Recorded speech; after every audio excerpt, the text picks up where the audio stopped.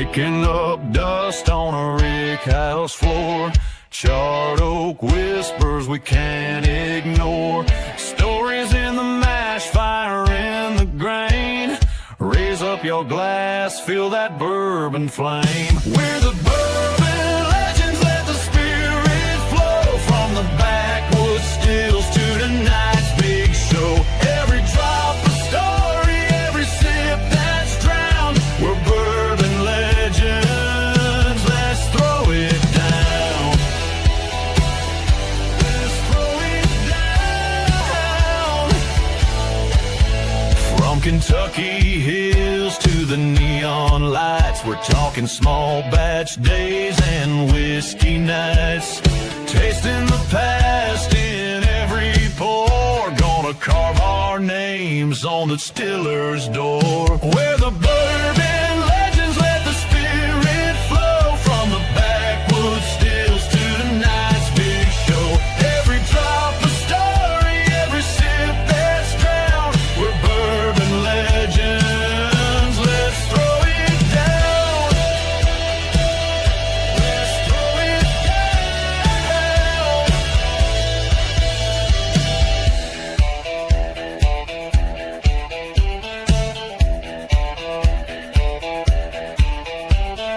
Raise 'em high, feel the fire. Clinking glasses, lifting higher. One more toast to the ones before and the legends we're making forevermore.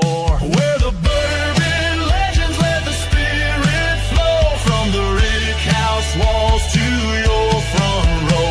Every drop a story, every sip a crown. We're bourbon legends, come gather round.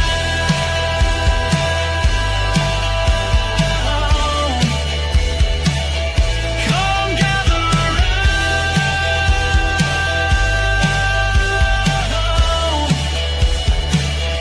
Come gather round.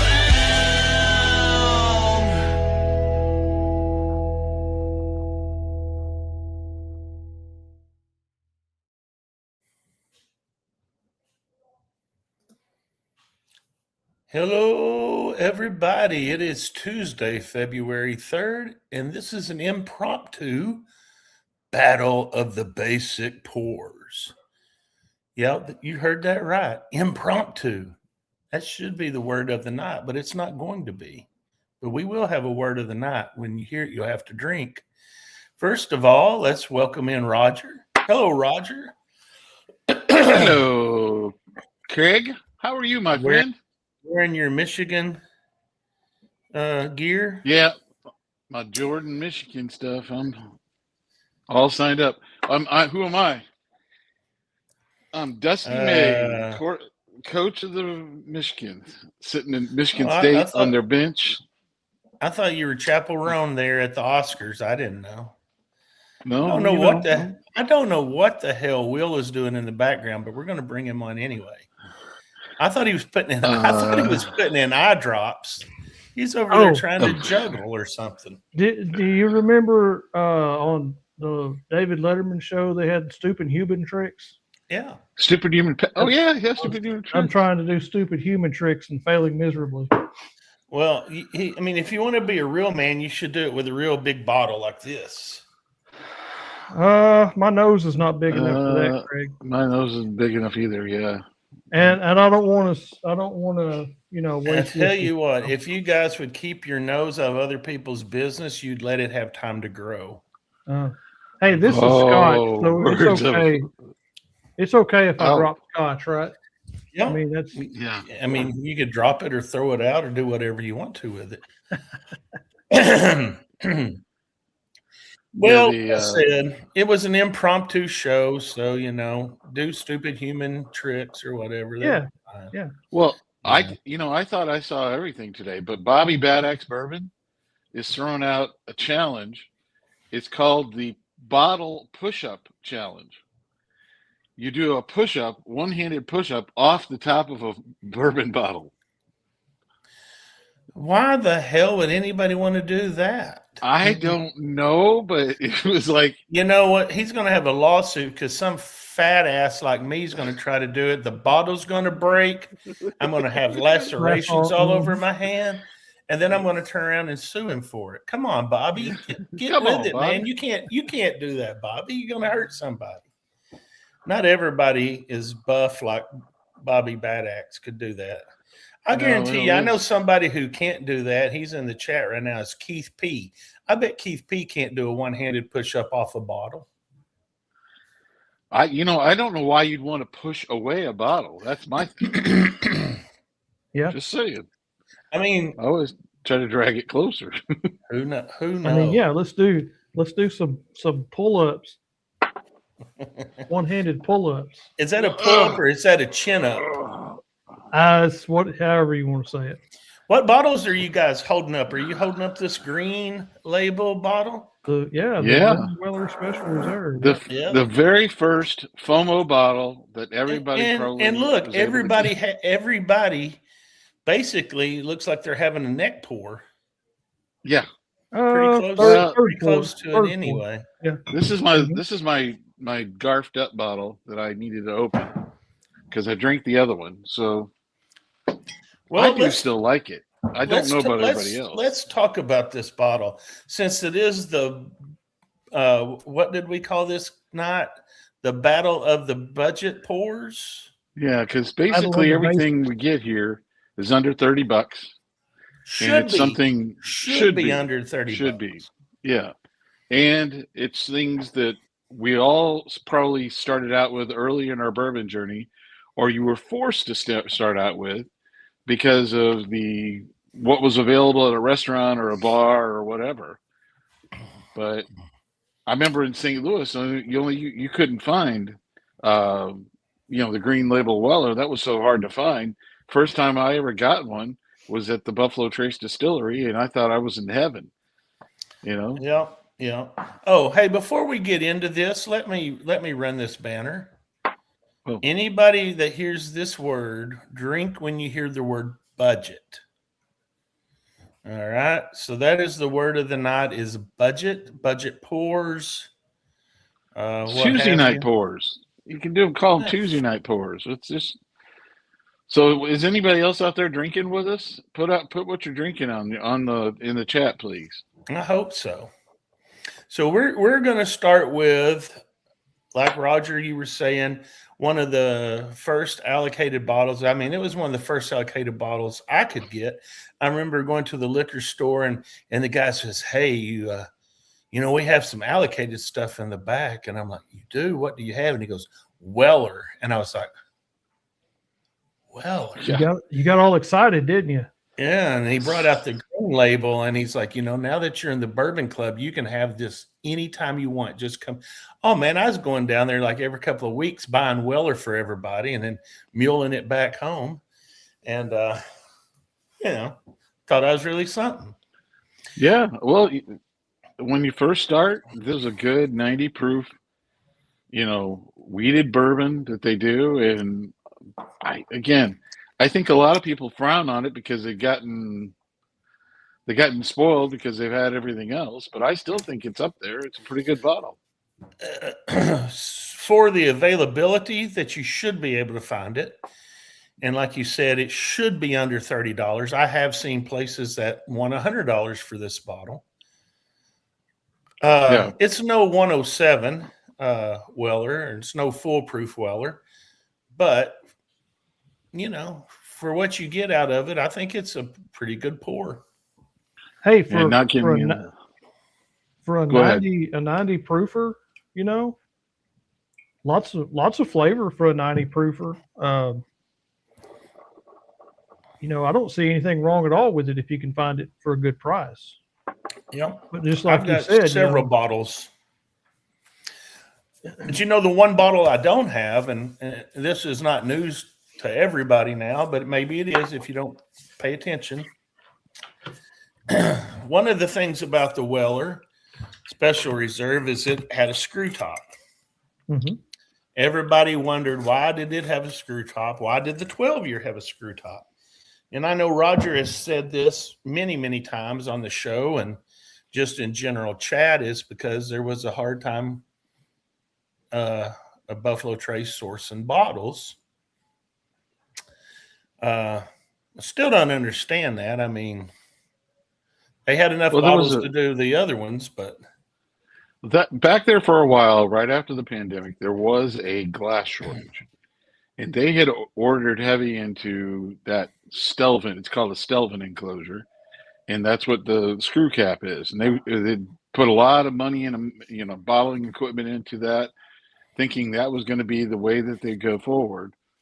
And now, as they're trying to spruce up the whole line, they've moved back to corks yep, because it does look cleaner.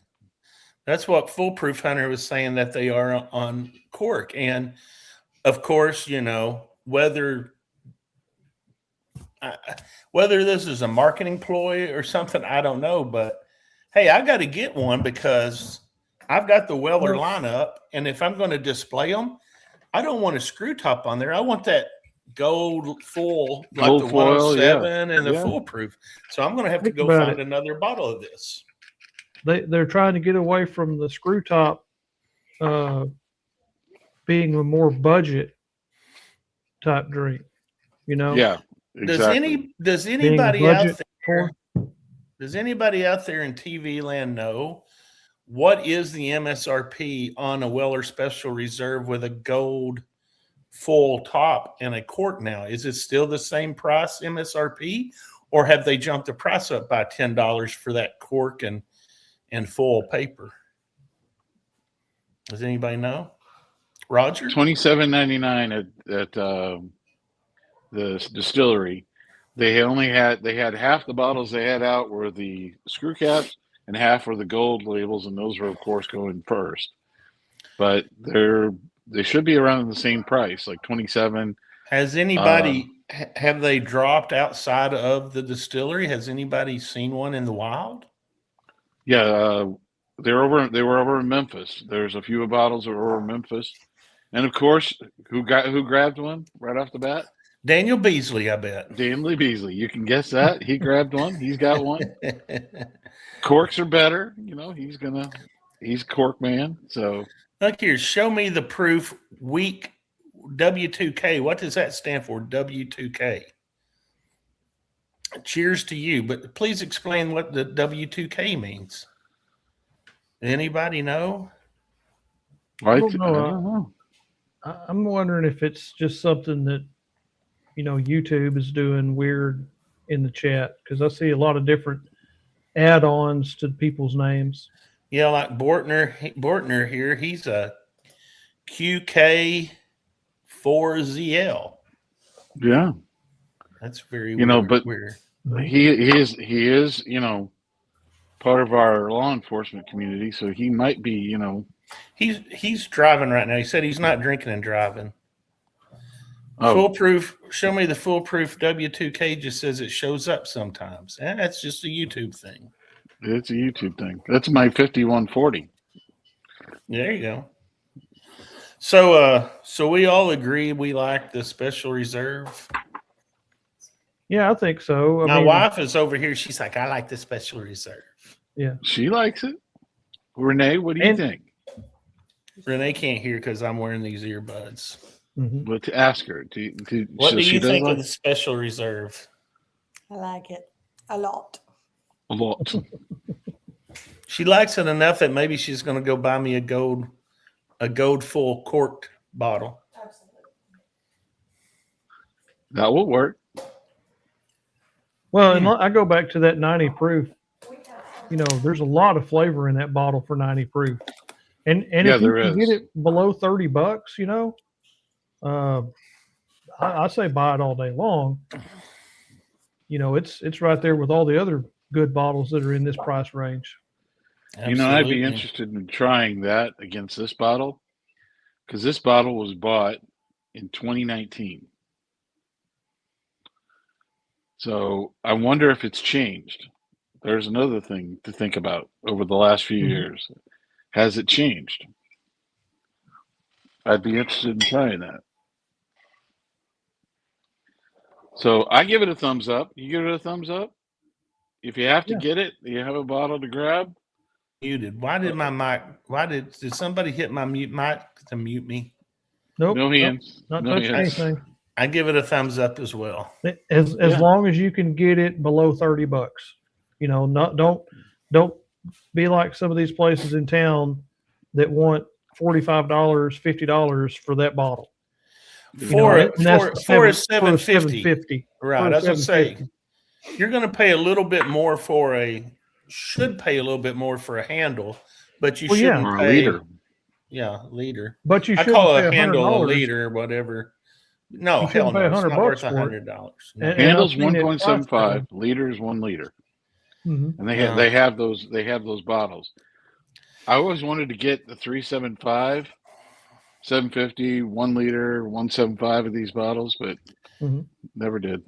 Yeah, I never did either. I saw them in Texas. They had a lot of, the land of Weller in Texas. They had a lot of those 375 bottles, but they were cute. Same way with the Buffalo Trace ones. Yeah, and these are bottles when everybody's getting started. This is what they first grab. Also, if you're going out and you're hitting a bar or something like that, a lot of times they might only have this. They might not have Weller, but they might have some of these others as your only options when you're going to order a drink. So that's right. I don't think this needs any soda or anything with it. I think it's a good, neat pour. It is a good, neat pour. I agree. And I know you're not supposed to use that word smooth. Just call it crushable. Call it crushable, Craig. I don't like crushable either, but it is an easy drinking bottle, budget bottle. It's an easy sipper. Definitely. Easy Budget bottle. All right, shall we move on to our next budget bottle that I could not find today in my mess of a shop? Which It's is the amazing to me. only bottle that I can't find. I could find the 70th anniversary. I could find the 8-year. I could find the Master's Key. I could find everything but Wild Turkey 101. So I'm going to set out of this pour since I don't have one to actually pour. So I got to tell you, Craig, what the homage is to this bottle is the fact that they did an 8-year. They did the 30th anniversary and basically using all 101 proof, bourbon, just different ages to it. This stuff, when it first, for a long time was 5 and 6 and 8 years old. They just were bottles that they didn't hold for their special products. And you look at, what is it, the Kentucky Spirit, same type of thing. It's just a 101 proof, single barrel of the same type of distillant. It's Wild Turkey based juice, and I think it's just about the best cat's meow you can start with. Well, how many out there in the comment section? How many of you guys started out drinking Wild Turkey 101? I mean, it's relatively cheap pour, always has been, probably always will be, readily available. I mean, even the smallest liquor store in the world is going to have that. And we've been into some small liquor stores. Oh, yeah. There's one in downtown Little Rock. I got to tell this story. Boy, it had so high ratings and everything, and it's literally in downtown Little Rock, amongst the skyscrapers. And we went in there, and they had no less than a 5-foot section of liquor. And on one of the shelves were, some whiskey bottles. And it was Wild Turkey 101, Jim Beam, White Label, just the basic. And I was just like, I guess this is perfect for somebody who's visiting downtown Little Rock and wants to walk over to a liquor store. Yeah. Yeah. So. Wild get on Turkey the 101. Tore Up says the only 101 is the only reason why I ever drank a Pepsi. Otherwise, Pepsi is excruciating terrible. I tell you what, Pepsi to me is terrible. Period. I just don't like Pepsi products. But go ahead, Will. I'm sorry. I just Well, jumped I was into just that. going to say that, Wild Turkey 101 was the first bottle of bourbon I ever bought way back in the late 90s, 96, 97, somewhere along in there. So that was my really first exposure to bourbon, right? Never really drank any growing up in high school, college or any of that kind of stuff. So, it's got a lot of fond memories for me. Back in those days, I would buy one bottle at Christmas time and it would last me 6 months, because you had to stretch it out. And so you go looking for those bottom shelf pours. And I think, back then, I think that wasn't that the Austin Nichols years back in the late 90s.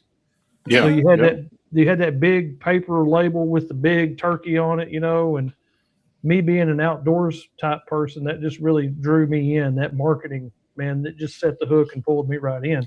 Well, you know how that story came about of why they called it Wild Turkey? Do you know? I think I've heard that, but why don't you retell it?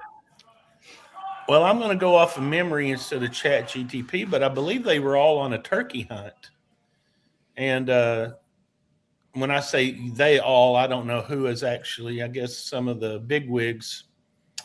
And anyway, after that turkey hunt, they decided to name the bourbon in homage to the turkey hunt. Mm-hmm. So then they named it Wild Turkey. It's great. It's been a great name and great label. And I think, honestly, the other thing that goes along with it is we all know who the master distiller is there. Yep. Yeah. I love him. I don't.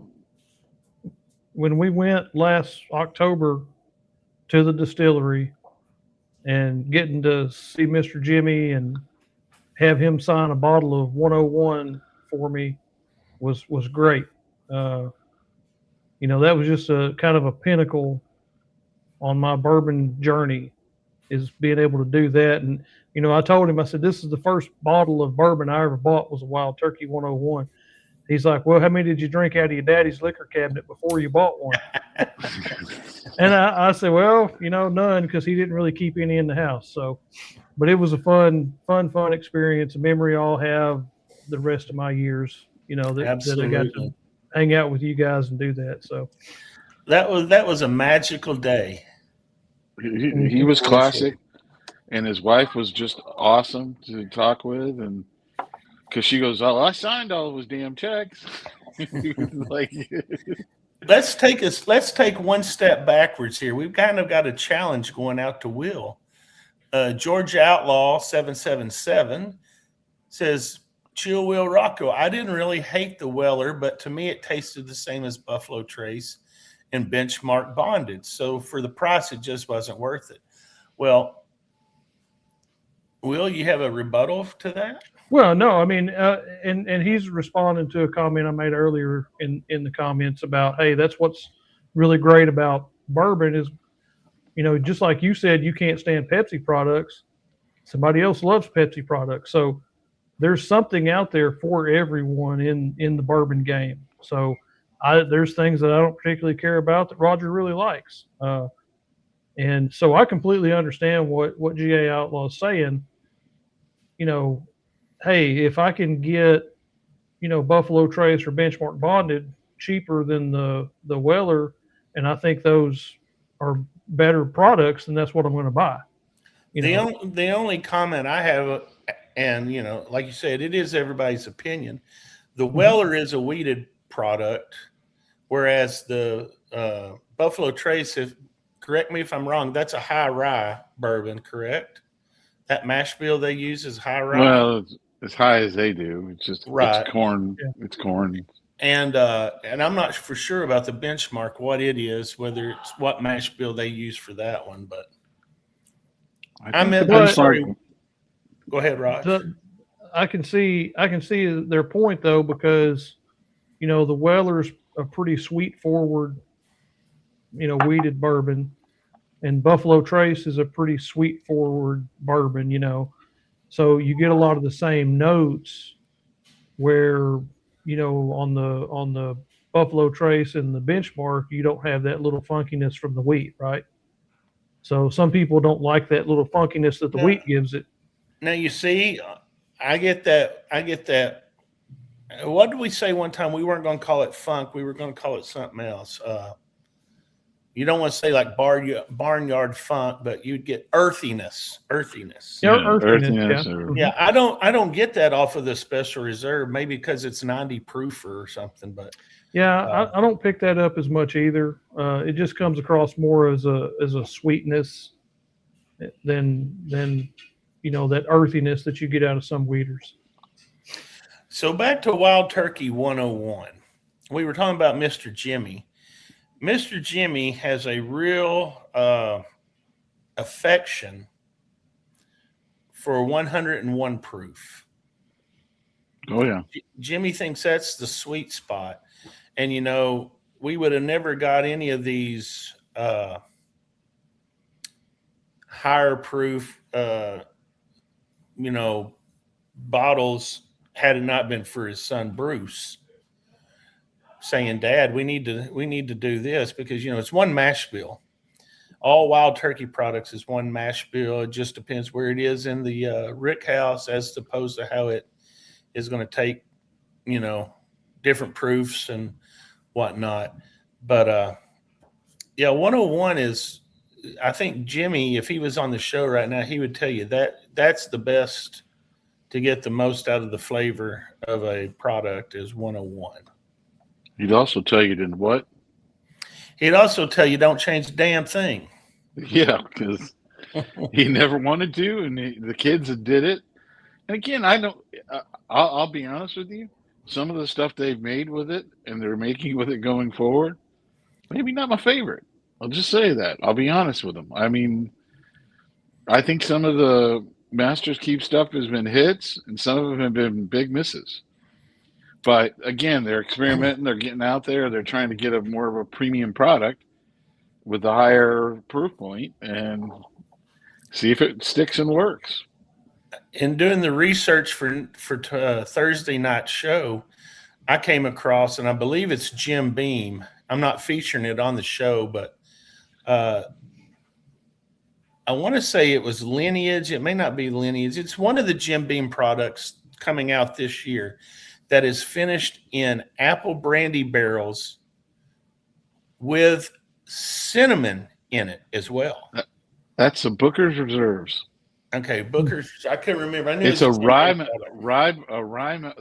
rye, the Jim Beam rye, with done an apple brandy with cinnamon added to it, and I'm like, okay, they could have apple brandy. You're good, but adding the cinnamon, cinnamon, it just that I'm right there with you, in which I guess that's called a whiskey now, right? Because it's or Fireball. Yeah. Oh wait, that's called. I hope if I get this one, I hope it is a subtle cinnamon, like not a hot cinnamon. You know what I'm saying? Well, like a Christmassy cinnamon, sweet cinnamon toast. The good thing about reserves is there's not a lot of it that's made available. But unfortunately, if we go to the distillery, I guarantee you there'll be bottles of it sitting on the shelf. Because so far, the FOMO is not there. There's people not that interested in that combination. But we'll see. Yeah. You never know. Anybody have anything else to say about the Wild Turkey 101? I just really love the distinctive smells that you get on the nose and that real distinctive Wild Turkey taste that you get on the palate. I mean, all of their products all across the lineup that I've tried all have that distinctive Wild Turkey flavor.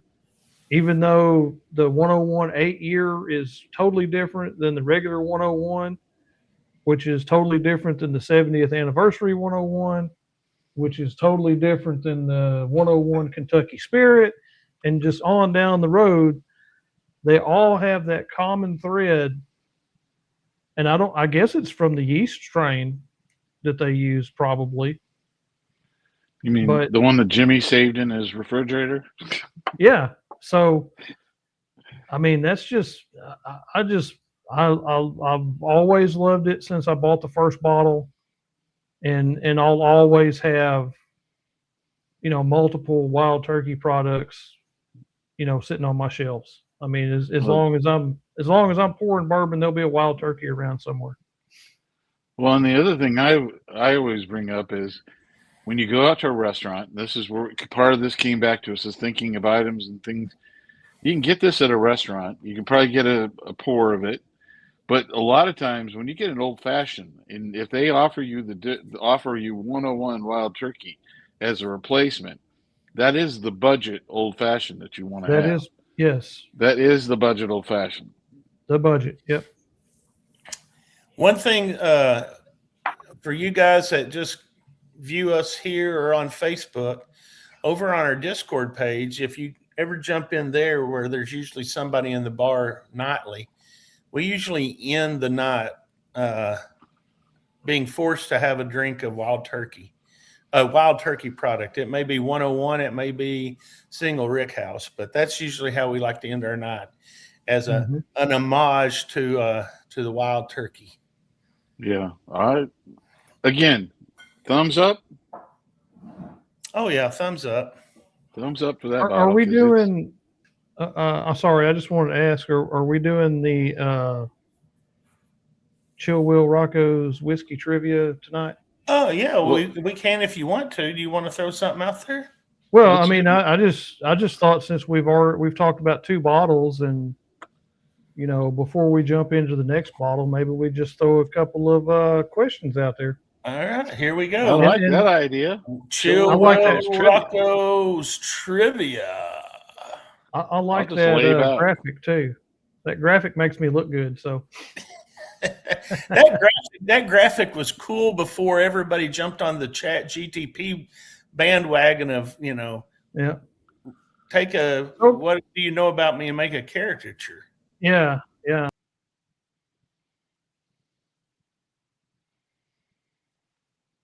Okay, Craig, you've.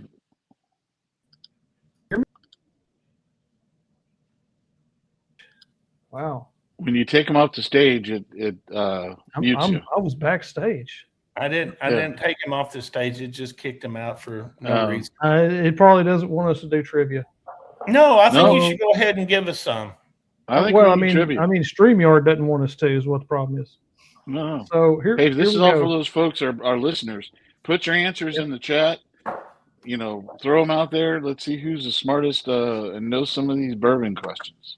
That's right. So true Scotch whiskey must be aged for a minimum of how many years? True Scotch whiskey must be aged for a minimum of how many years? Let's see who in the chat wants to throw out a guess on how many years true Scotch whiskey. I'm going to do something here, Will. I'm going to put them in the chat right there, so you should be able to see it. Yep. Okay, show me the proof's got an answer. Who else? Anybody else? Let's see who else wants to guess. Roger, what do you think? For some reason, I don't think there's a minimum requirement. Michael Bortner's way off. James Caldwell's got an answer there. Jeff Castle has got the no minimum requirement. Yeah, I'm going to tell you, you and Jeff Castle are both wrong. So what do you think, Craig? I'm going to say a minimum of 4 years. Okay. That's an answer. It's not a right answer, but it's an answer. Wow. He's getting brutal. We're getting brutal over here. We've got a few more answers here. It was wrong the first time, and it'll be wrong the next time when you say 4 years. It'll be wrong the next time. That's right. Yeah. 4 years is bottled in bond. Yes. All right. Anybody got it right? There are some right answers. Yes, there are some right answers on the screen. Okay. All right. We'll give this just a moment or two more, and then I'll let everybody know who's right. Okay. Let's see here. So if you said, let me look at the answers here. If you said 4 years, you're wrong. If you said 12 years, you're wrong. But if you said 3 years, you are correct. Oh. So 3 years for a true Scotch whiskey. And that's Okay. probably some of those low shelfer jobs they got there on the shelf. Yeah. Don't sit in the So barrel let's- long enough to, because that's Yeah. a used bourbon. That's a used bourbon barrel it's sitting in. Mhm. I mean, I would say that would be a budget Scotch. Yeah, that would Mhm. have to be a budget Scotch. Budget. Budget. Yep. I just drank mine right as you said budget. So let's go ahead and throw another question out there if you don't mind. All right, let's do it. That works. So what state used whiskey as a currency in the 18th century? What state used whiskey as a currency in the 18th century? Let's see I if got a anybody feeling some knows. people what are state. chat GTP in this one. Okay, Jeff Castle says Pennsylvania. Let's see if anybody else wants to hazard a guess here. Is it using whiskey as a currency? Yes, Okay. this state used whiskey as a currency in the 18th century. Okay. Oh, we got two people saying Pennsylvania, Virginia, Tennessee, 3 for Pennsylvania. That's a popular answer. I'm going to jump on the bandwagon. I'm going to say Pennsylvania because I know they were really into the rye whiskey. Okay. And that's a segue into Thursday night show. If you want to know about Pennsylvania rye whiskey, tune in Thursday night because we're going to have the owner of Dad's Hat rye whiskey as a guest. Roger, what do you think? That is definitely a Pennsylvania. I hate to jump on the bandwagon with them, but I'm thinking Pennsylvania too, just because of the fact that was rye whiskey was so huge there before. And maybe I'm wrong, but it was before. What do you call it? What's that bad thing that happened? Prohibition. Yeah, before Prohibition, that was one of the biggest things that run that state and they got killed by it. Okay, well, all you bandwagon people are absolutely correct. It was Pennsylvania. Woo! So you guys are winners. Do you want to do one more maybe? Yeah, let's do one more real quick, and then we'll get back to the drinking, and then maybe we'll finish up with some. Okay, this is a multiple choice question. Ooh. This is multiple choice. So, who drank whiskey daily, believing it would help him to live to the age of 150 years? Was it A, Benjamin Franklin? Was it B, Nikola Tesla? Or was it C, Thomas Edison? So, who drank whiskey daily, believing it would help him live to the age of 150 years old? A, Benjamin Franklin, B, Nikola Tesla, or C, Thomas Edison? Well, or D, Roger. Oh, sorry. I can tell you this. None of the above actually made it to 150 years old. No. They did not. So it did not actually help them as much as they thought it did. But by gosh, they died trying. They died trying. So let's see. We're seeing we've got C for Thomas Edison. Show me the proof. Always use C on multiple choice test. That could work out, 33% of the time in this case. But I'm gonna say A. Okay, so we got a lot of A's and we got a lot of C's. So a lot of Benjamin Franklins and a lot of Thomas Edisons and no Nikola Teslas. You know what? I'm just gonna, since nobody else is going there, I'll say B. I'll just go out there and Okay, limb. Roger's I'm probably going wrong. Roger's going with the unpopular answer. Yeah. Another one for Benjamin Franklin. So,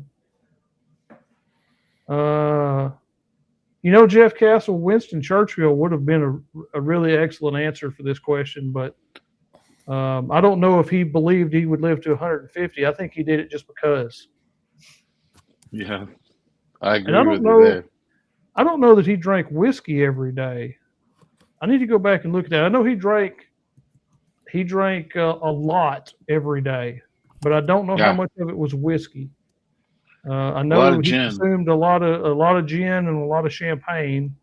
I Yeah. actually watched a video on YouTube last year, and these two guys were trying to live out a day in the life of Winston Churchill, and they drank and ate and smoked cigars like he was purported to do all day long, and they were in pretty rough shape by the end of the day.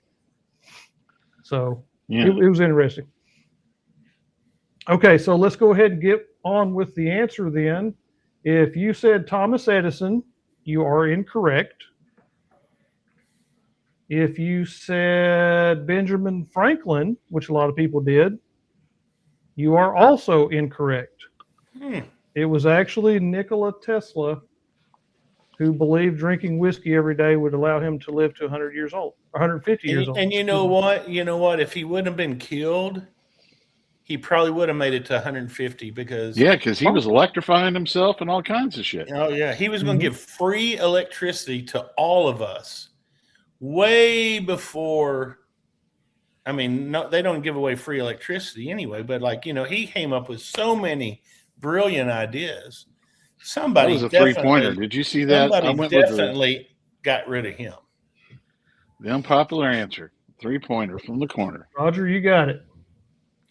Good job, Roger. That's a good guess because I know that you didn't know that. You just guessed at it. So now, Well, now I knew the guy was completely derailed electrifying everything. personality. Yeah, that's right. Now that I've derailed the show, you can carry on what you were doing, Craig. Oh, we've got more viewers now than what we did before. We're going to move on to though Maker's Mark. What do you guys? Because I had to skip the last four because I didn't have the 101. So now I have some of that beautiful Well, I'm going to burnt do orange. an exciting fresh crack for you, Greg. Thank I'm sitting here. Roger's going. Hold on. I'm sorry. I'll turn those comments off. I'm sitting here tugging on this bottle, thinking I'm gonna get a cork out of it because I forgot that this is a budget bottle with a screw top. So Yeah. once y'all get your pour, you got to have a drink. I'll give you a little bit of trivia as well, or a frequently asked question maybe. You cannot leave Maker's Mark without having a bottle dipped in wax. You can buy the bottle to dip it in wax. They're not going to let you out the door without it. And I don't know why they're so strict on that, because if I wanted to get rid of that wax, I mean, all it would take is a knife. I could get rid of it. But they will not let you out the door with it out. Nope. Being wax sealed. So have you ever been in a liquor store and seen a bottle with red wax like that and not known that it was Maker's Mark? No, because I believe they have it trademarked. Yeah, there's I other may people be that do it. wrong, but That's people why do they it. don't want you to leave without dipping that bottle. yeah, I guess so. Garm the Fierce says he's not found a Maker's that he enjoys. Well, have you tried the wheat whiskey? Because it's damn good. It's Well, pretty that's not simple. Maker's. It's not Maker's. I agree. That's I like the keepers though. I like the cellar age. I mean, Yep. that is not a budget pour. You're welcome. But this is different. I haven't had an 80. I haven't had, was it 80 or 90 proof? 90 proof, right? It is should be 90. Yes, it is 90. So on mine, Nothing wrong with that. now here I'm going to go out on a limb again and say something. I'll probably stick my foot in my mouth. Maker's being at 90 compared to the Weller at 90. Okay. Yeah. As far as drinkability goes, the Weller, to me, has a much better flavor, neat, than the Makers. And it maybe it's because I tend to like weeders, but I just threw that out there, for shits and giggles. No, Well, I mean, I like it. Maker's is a weeder, right? Yeah. It is a weeder. Yeah, it is. Now, see, I did go put my foot in my mouth. Martin Cox says he always has to let the Makers get some air to open up. Yeah, that's not a bad idea, really, on any bottle, is to let it get some air. But I would say that I find a little more spiciness than the Weller. Yeah, I think Makers is a little more of a weeder's weeder than Weller is, if that makes any sense. I think you get a little bit more of that weeder earthiness. You get a little bit more of that spiciness, where the Weller Special Reserve to me is sweeter on the front end and not as spicy. You don't get that earthiness out of it either. So, yeah, I'll tell you the things that you can do with Makers too makes it very versatile. You can have Makers with ginger ale. I know maybe not everybody's preferred, but ginger ale, you can do. Some people do it with Coke, not a very popular thing with Coke. A lot of people do it with their old fashions. Maker's Mark old fashions are some of the more popular, budget drinks that you get at the store or get at a restaurant, because a lot of restaurants don't always have the big dollar ones. You guys are missing my budget pour thing, I said. So it's funny you mentioned Makers with ginger ale. So I'm going to put my budget pour in there. Ooh. And we're going to try this out. We're going to try a little. On the rock? Was that on the rocks, or is that still? That is on a rock. That is on a big rock. In my Wild Turkey Rocks glass. So we're going to try this out. It actually looks pretty good like that. Yeah. And we're going to see, is this any good? Again, one of my favorite sodas, not really a soda, but it's ginger ale, especially if I'm on a plane, because it settles my stomach really well. I think I'm going to add a little bit more. It's not bad like that. I'm gonna just add a little bit more though, because it's a little bit too ginger ale forward at the moment. Something about Makers is, most of these bottles that you're getting are somewhere between 6 and 7, maybe even 8 years old. And one of the things that Makers do that a lot of distilleries don't do anymore is they still rotate their bottles. I mean, their barrels. Yep. Yeah, I've always just drank Makers neat, personally. Yeah, you always had it as an option whenever you got an old fashioned. You order an old fashioned, they'd say that most of the time the restaurants use Maker's Mark because they're paying them to do it. Again, they pay that to be their old fashioned pour, but it's good, and that's another one you can get on an airplane and get a pour of it on an airplane and not have, because Wild Turkey 101 is Southwest Airlines. American Airlines has Jack Daniels and Maker's Mark. Not that I know this because I travel too much, but. Do you want to know something else about Makers? Will, you were talking about the red wax earlier. That was a marketing by Margie Samuels. And like you said, everywhere you go, you're going to see that red wax. You're going to know it's a Makers. But did you know that Makers is distributed in over 100 countries around the world? Yeah. Wow. I mean, it's one of the more widely distributed bottles. I mean, I would say Jack Daniels is probably up there. I don't know, Jack, Makers. I mean, number one. Jim Beam. Beam white labels out everywhere across Europe. When you go over there, you'll see Makers, Jim Beam, and Jack Daniels. A few places will have Wild Turkey because in a lot of the European countries, don't know this, you pay more taxes on a bottle because of the higher proof. So the 101 proof costs you more to pay, in taxes.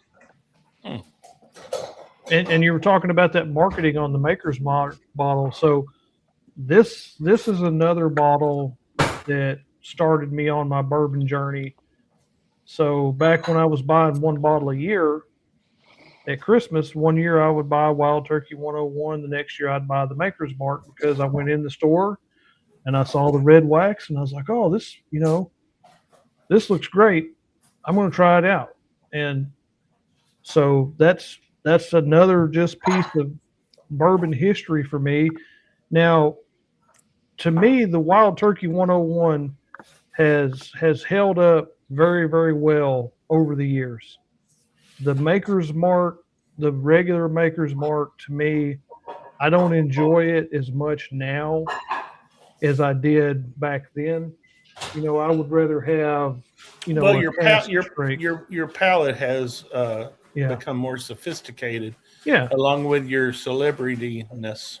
Well, yes, my celebrity status has gone from no status to just barely more than any status. But yeah, I'm going to so make the appeal out there. If you guys, he won't do it because he likes to fade from the limelight. But Chill Will Rocco has his own YouTube page out there, and he's only got 37 subs out there. Let's get that over Yeah. 40 tonight, boys and girls. So, go to look for Chill Will Rocco on YouTube and sub for him. Now, if you're expecting a lot of content, you're not going to get it. But if you expect that occasional beautiful picture of something in a turkey or doing something like that, it's one to sub to. See, the reason why I would want to sub to somebody like Chill Will Rocco, which I am one of those 37 subscribers, is you're not getting bombarded every day with like spam. That's true. Like we do. No, we're not even that bad. But I mean, some of these places that you're subscribed to, it's like 3 times a day you get a notification or something. I mean, the only thing that happens here is I spam the chat with like our Patreon and our merch links and stuff like that. That's the only spam going on here. But if you do subscribe to my channel, it's the best channel on YouTube with no content. So just so y'all know. Look here, you put something out there last week. A couple of shorts, but that don't count. Porky Prankster just subbed. Yeah. So there we go. I'll tell you what. We might make Chill Will famous like Old Glory, like you had Old Glory. Yeah. If I get to 100 subscribers, I'll give away a bottle of something. I don't know. Maybe you're talking about tonight or just in general when you get to in general. I mean, just in general, because I'm not expecting that tonight, but if I get to 100 subscribers, I'll give away something, a bottle of something. Well, I don't know, Craig, if I can do it or not, but you mentioned Old Glory. We might have something coming up with Old Glory that we need people to take a look at. Let me see if I can. I tell you what, hey, if I get to 100 subscribers before the Old Glory drop, I'll give away a bottle of our pick. Okay. Whoa, boys and girls. There we go. So, hey, Roger, Martin Cox is asking about the heart release and Maker's 46 cask strength being the same. Both finished in 10 virgin French oak staves. I was thinking the heart release had a little something else going on with it too. Maybe not. I think it's pretty close, Martin. You're right. It's pretty close. I mean, so is it maybe the proof? Maybe the proof is different. The proof, and then also the label and the bottle they put it in. Yeah, and how much you pay for it. So yeah, how much you pay for it. My favorite is Maker's Mark 46. That's one of my favorite. The regular budget pour because it's not that expensive, but the cask strength is. I've got some of the old bottles, some of the new bottles of that, and I agree with you, Mark. It's a damn good bottle. You can't go wrong with it.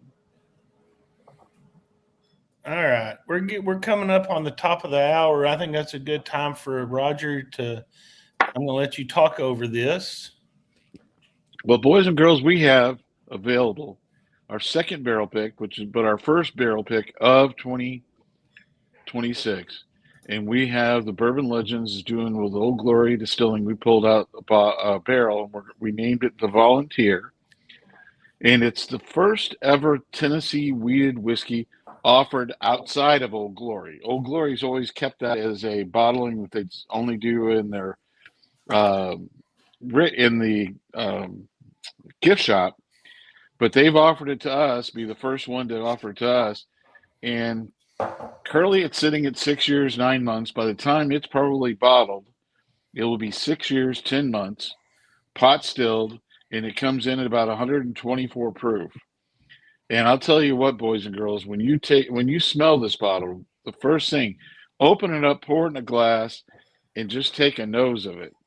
You're gonna know why we all picked it. The nose is what won the game with a lot of us, and it picks up a lot of the different notes. These are the notes from us. These are the notes from directly from our. And Roger, while you were telling them about the notes, I put the Patreon link up. I mean, hold on. I didn't need to meet. Hold on. I'm going to remove that. That doesn't need to be there. Okay. I was trying to find not the Patreon link. I was trying to put up the QR code. QR code, but I don't have it built in. So, well, again, you can go to. We'd love to have some of the new people join the Bourbon Legends on Facebook. You can answer just like 3 questions. They're real simple questions.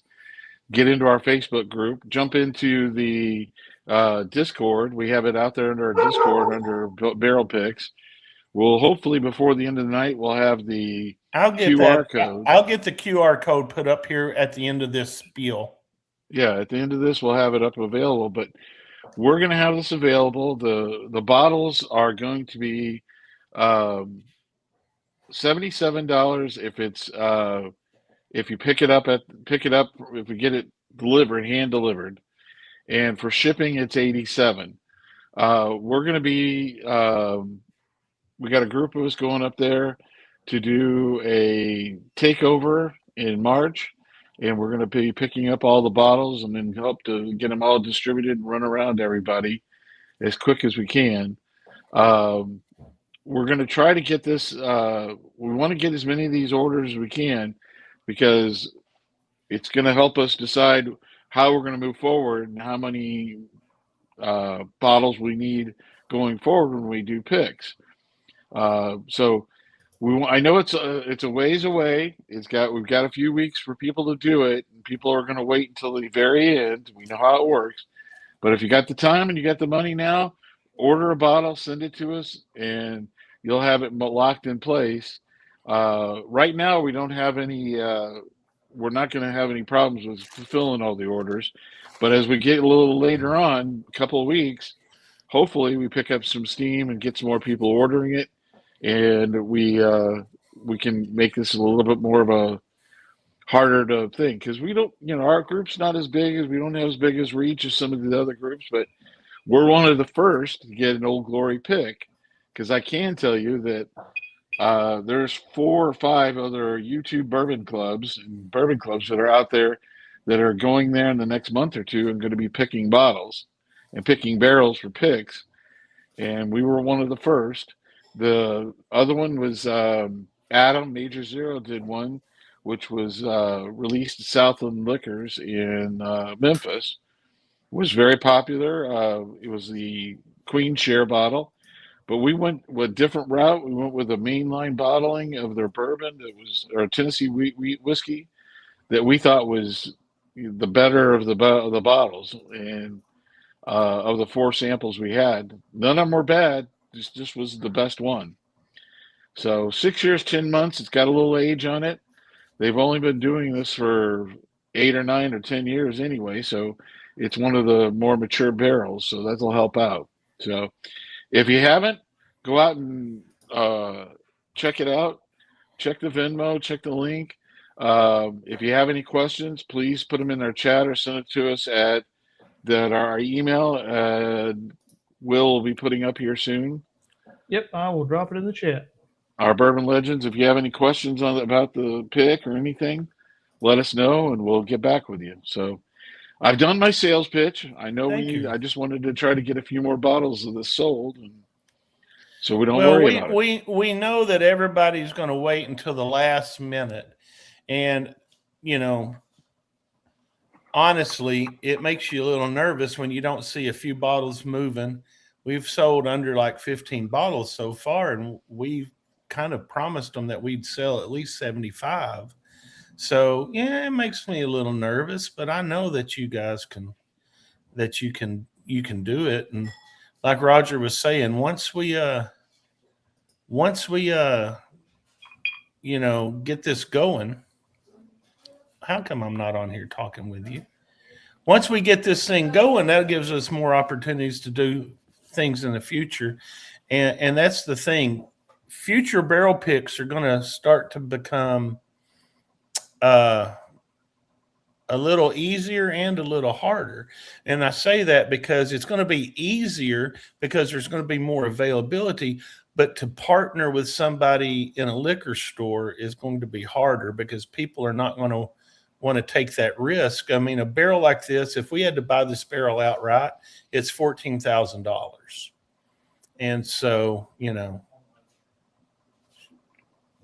basically a small group like us, we're going to have to partner with somebody because unless you guys want to dig deep, I don't have 14,000 laying around that I can just put into a barrel and hope that you guys will buy it. So help support us. And I'm going to show this graphic now. We can talk over it, guys. Sure. Okay. There is the graphic. And So it's got a great little label on it. Yeah, go All Roger. Yeah. And all the Tennessee people should be proud of it. It's a volunteer state and it's a volunteer bottle. But go ahead, Will. Well, I was just going to say that, Show Me the Proof just said they joined our Patreon, and so that goes a long ways to help us being able to do stuff like this, right? So that's another way you can help support us for future picks and just general content and trying to do things better. So giving away bottles, pays for shipping. I don't have it on my hat, but we've got a new hat pin. And like all Patreon members are going to get that hat pin for free. Everybody else is going to have to pay for one. It kind of comes out in the wash. But if you're into the hat pins or lapel pins, we're going to have our own. And speaking of that, I was going to mention this one right here. That's one of the things that Maker's Mark, they're really good at doing little promotional things like the hat pin, or maybe for Father's Day, they'll send you a free label, or Christmas they do labels. So I highly suggest you get into looking a little deeper into Maker's Mark. Now let's move on to early times. Yeah, let's move on because I've got to wash that Maker's and ginger ale out of my mouth. Uh-oh. The longer that went, the worse. The longer it went, the worse it got. Maybe just a ginger ale, not the Makers in it. One or the other. I don't think both of them together are really what you want to do. Well, boys and girls, this is a opinions are like buttholes. Everybody's got one, and most of them stink. Will this is a bottle? Right. If you haven't bought any of it and you haven't done it, know that you have a very short time to do that, because this is the bottling that has both DSP numbers on it when it's bottled. So it still has Brown Forman, and it has the Sazerac on it. Now, going forward, this is a liter bottle, and if you look at my little price tag on mine, I got here in Little Rock for $16.99, which I think is a bargain. And we have got, I'm telling you, I've got 8 bottles sitting on my shelf. There's a reason for it, because I find myself pulling it up every day and drinking it like mad. Now, going forward, Sazerac's going to be producing it, and it's going to be produced, and it's going to be Barton juice. That was let out as of the other day, and it's in a 750 milliliter bottle. Looks like a small benchmark bottle, and so far, people are kind of split as far as that it's good or better, but it is definitely different. because this is still, from what they say, it's still the original juice that they had bought from Brown Foreman, and it's that same mash bill that they use on what? King of Kentucky. King of Kentucky, just at a much higher proof. Now, comes in at 100 proof, so this is one of the higher proofs that we've had tonight. As a matter of fact, I believe it is the highest proofs we've had tonight. Oh, 101. 101. Oh, I'm sorry. I didn't have the 101. So we're one proof point below the 101. Gosh, it's been a while since I've had early times, and that first sip, God, call me strange. I'm getting like a watermelon flavor, and it's not like watermelon. It's like when you're out in the watermelon patch, and like you might step on a vine, or I don't know anybody that's ever done this, but like picked a watermelon or picked some sort of a vine, cucumber vine. It's on that, man. I mean, that's weird. So what did you say to call you?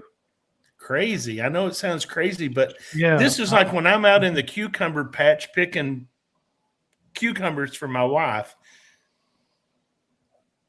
Get your minds out of the gutter, folks. You know, she likes getting that. I'm getting that fresh. I'm getting that fresh vine flavoring. I don't know that. Well, Matt Tom Jack Black's not on here, so yeah. Everybody picks up something different. I'm picking that up on this. Well, my bottle, I smell it, and I immediately get that little bit of medicinal caramel. It's caramel flavor. I just always enjoy it. I'm not getting it on the nose. I'm getting it on the damn palate. Here you go. So weird. It's so weird. You're sitting too close to the garden. That's what the problem is. Oh, Lord. Sazerac has had this label since 2020. Yeah. Now, I guess they've had that much juice sitting back. Well, they bought all the old barrels and the old production from Brown Foreman up until the time of the sale. They utilized that. They took that and were utilizing that to do the bottlings of these 1 liter bottles. And once they did make the changeover, they had to put their own mash bill into it. And it's a different mash bill, but it's Barton. It's basically Barton juice. And it's at least 4 years old. And again, I worry about that because we already have a Barton, bottle that Craig's frozen a little bit, but that's okay. But Bottle and Bond, oh, there he's moving again. Mm-hmm. So we've already got a Bottle and Bond from 1792. Is this just going to be younger juice than that? And that's what I wonder. So we'll have to wait and see. I haven't got a bottle to test, but all I know is I've hedged my bet, and I have 8 bottles of the liter bottles just in case. Well, and the price is going up, and it's a smaller bottle, right? Oh yeah, yep. It's $7.50, not the liter. It's not going to be as good as of a budget pour.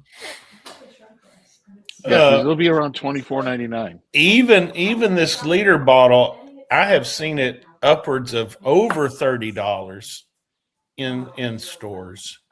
It seems that's like here in the state of Arkansas. I was gonna say, it seems like here in Arkansas, it's cheap. And it's not always readily available either. Mm-hmm. There was a run on it about a year and a half ago, where everybody and their uncle was looking for a bottle of this because they, caught that FOMO thinking that it was going away. But there are people are buying cases of it now. I know that. I talked to John at 107 Liquor, and he's back up to around $18.99 or $19.99 a bottle because the distributor raised the price because he's trying to. Then there's just not much of it left. He says what he ordered this last time might be the last of it. What he gets before the new stuff comes out. But I mean, even at $19 a bottle, it's still a great bargain. It's a great budget pour. The I'm trying taste to is just amazing. I'm trying to get y'all a drink because I keep saying budget. Oh Lord, I hope everybody's drinking. I mean, I am. I am.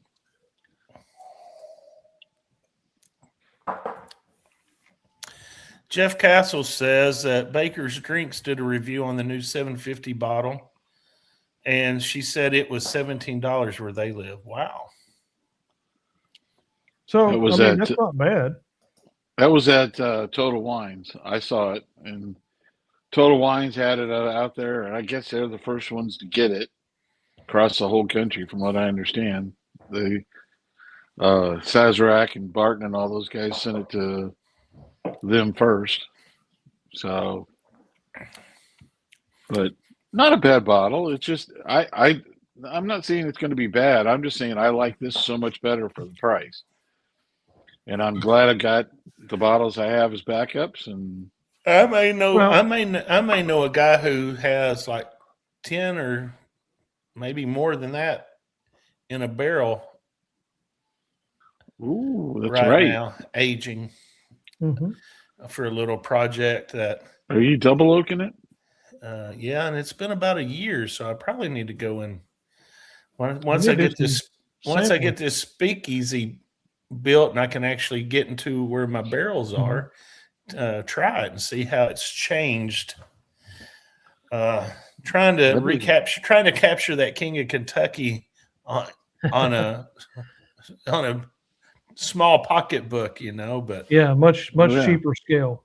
absolutely. This one, I enjoy this pour.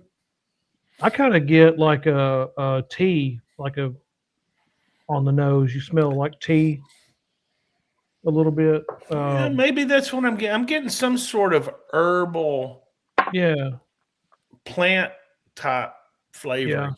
I don't know. I would say some kind of a tea smell. But then on the palate, I get a kind of a maybe a brown sugar. I get a lot of baking spice on this.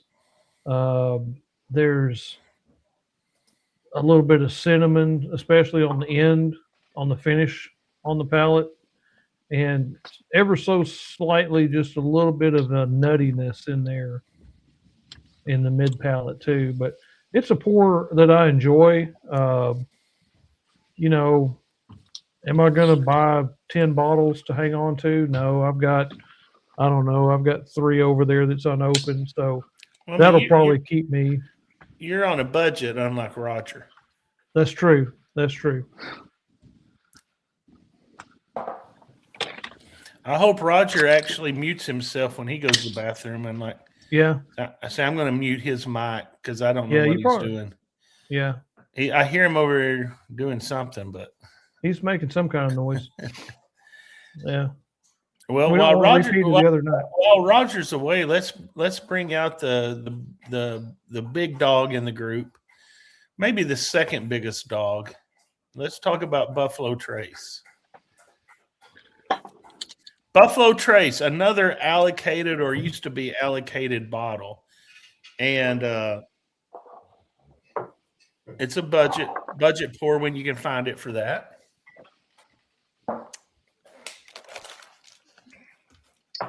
How many people do that still? What, Wet try to cork? mix it up? No, well, that and wet the cork when you open up a bottle. Mine's got I a little didn't. Sazerac house tag. That's not fair. That's a store pick. No, it's not a store pick. It's just a Sazerac house. Got it from New Orleans down Islands. on Canal Street. So I've been fortunate. All of my Buffalo Trace has been budget pours because I've been able to get all of them at MSRP. Yeah, anybody. I mean, I'm sorry, but anybody that's paying more than MSRP for Buffalo Trace, they're living in a bad area, I guess. So Yeah, that's part of it. why is it so popular? Right, that's one of the things we were talking about is at the beginning of the show. Why are these bottles popular? Why do they continue to be popular? So what makes Buffalo Trace, so popular? Why do so many people chase it? Wow, I'm going to Yeah. go out on a limb and I'm going to say the reason why is they're one of the best brands to create FOMO. But I still got to believe, Craig, that beyond the FOMO, they had to produce a good bottle that people still would enjoy, because FOMO only buys you so long, and people, Well, but I they mean, still, Buffalo Trace to me. So this is just personally speaking, being kind of a bourbon snob, went to Mardi Gras last year in New Orleans and went to a lot of different bars. And they didn't have, other than Maker's Mark, Jack Daniels, they just didn't have a lot of variety. And I found myself going to Buffalo Trace and enjoying the hell out of it. And it's a budget pour. yeah. Because I know now over in Memphis, I've seen people, they're selling bottles for $22.99. The 750s, the liters are going for around 28, which is, a damn good price. And there's also a lot of barrel picks, store picks that are becoming available, and you're seeing those out. Alex had a couple of them right before Christmas, but you look at those, he sold out of them. Tom Black says he's Well, going to be sad not to get the nightly Mardi Gras update. Well, I mean, I can still give you a Mardi Gras update. It'll just be from Arkansas, not from New Orleans. that's Yep. a pick, right? So that's Yeah, that's from you the know, Bur- Bourbon BCA. Club of Arkansas. Yeah. So I've got two of those. I haven't opened them yet, but they're actually separate picks.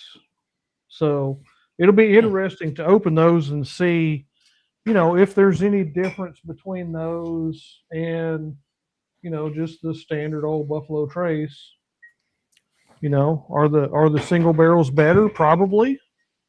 Um, I don't know. Maybe. Yeah, I don't I've know. gotten lucky. I've gotten lucky over the years and picked them up for under $30. I know that Foolproof Hunter is saying $40 to $65 in his area, and Yeah, that's he's down right about south. that He's in Louisiana. Sazerac house right there. Yeah. Yeah, he's in Louisiana, and that's you know he's not alone in that. I think there's other places that do that, but I think on the long haul it's starting to come down. But I know back in St. Louis, it's coming down a little bit, and you know it's good. So, James Caldwell says it's good. It's very consistent. And they had 3 to 4 bottles, and all tasted very similar. hmm And that's what Now, you want. personally speaking, I would rather have the Buffalo Trace than the early times. Uh, I just prefer the flavor of it over the early times. Uh, like I said, at least in New Orleans, it's very bar friendly. I mean, it's in every bar. hmm It's probably not like that everywhere in the whole country, though.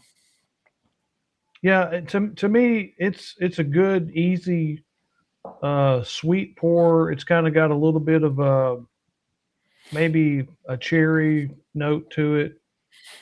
Um, it's pretty simple. To me, the early times has a little bit more evolution on the palate than Buffalo Trace does. But the early times is a little more harsh to me on the palate than Buffalo Trace is. So there's nothing wrong with it. I enjoy it quite a bit, but um, if I was going to have to pay $45 a bottle, like a lot of places here in Arkansas ask, then I'm not going to do it. It's just not worth it. So No, uh, that's the thing. A lot of these budget pours, are based off of availability and price. yes, You know what I'm saying? It's Yeah. just like and and you said budget, so I did, didn't I? Yep. He said budget. But yeah, I would do Buffalo Trace all day, any day. If that's all, if out of all of these, if that's all I could get, I would probably go with the Buffalo Trace. I agree. If I agree. if we're putting it that way, if you're taking just one of these and that's all I could get, I'm going with the 101, the Wild Turkey 101. Okay. Oh, See, if it's I don't have the 101 in front of me, so maybe that's. Hold on, Tom. Hold on. Breaking news: Tom Black. What is the trigger word tonight? Well, Tom, thanks for joining in and not paying attention earlier. But hey, drink when you hear the word budget. budget. There Man, it you're is. rough on Tom. There it is. I know. I had to be rough on him. I mean, So let me go back into this. Why is it popular? So what question do all the liquor store clerks and owners hate to hear when somebody walks in the door? What's everybody asks that they get so tired of hearing?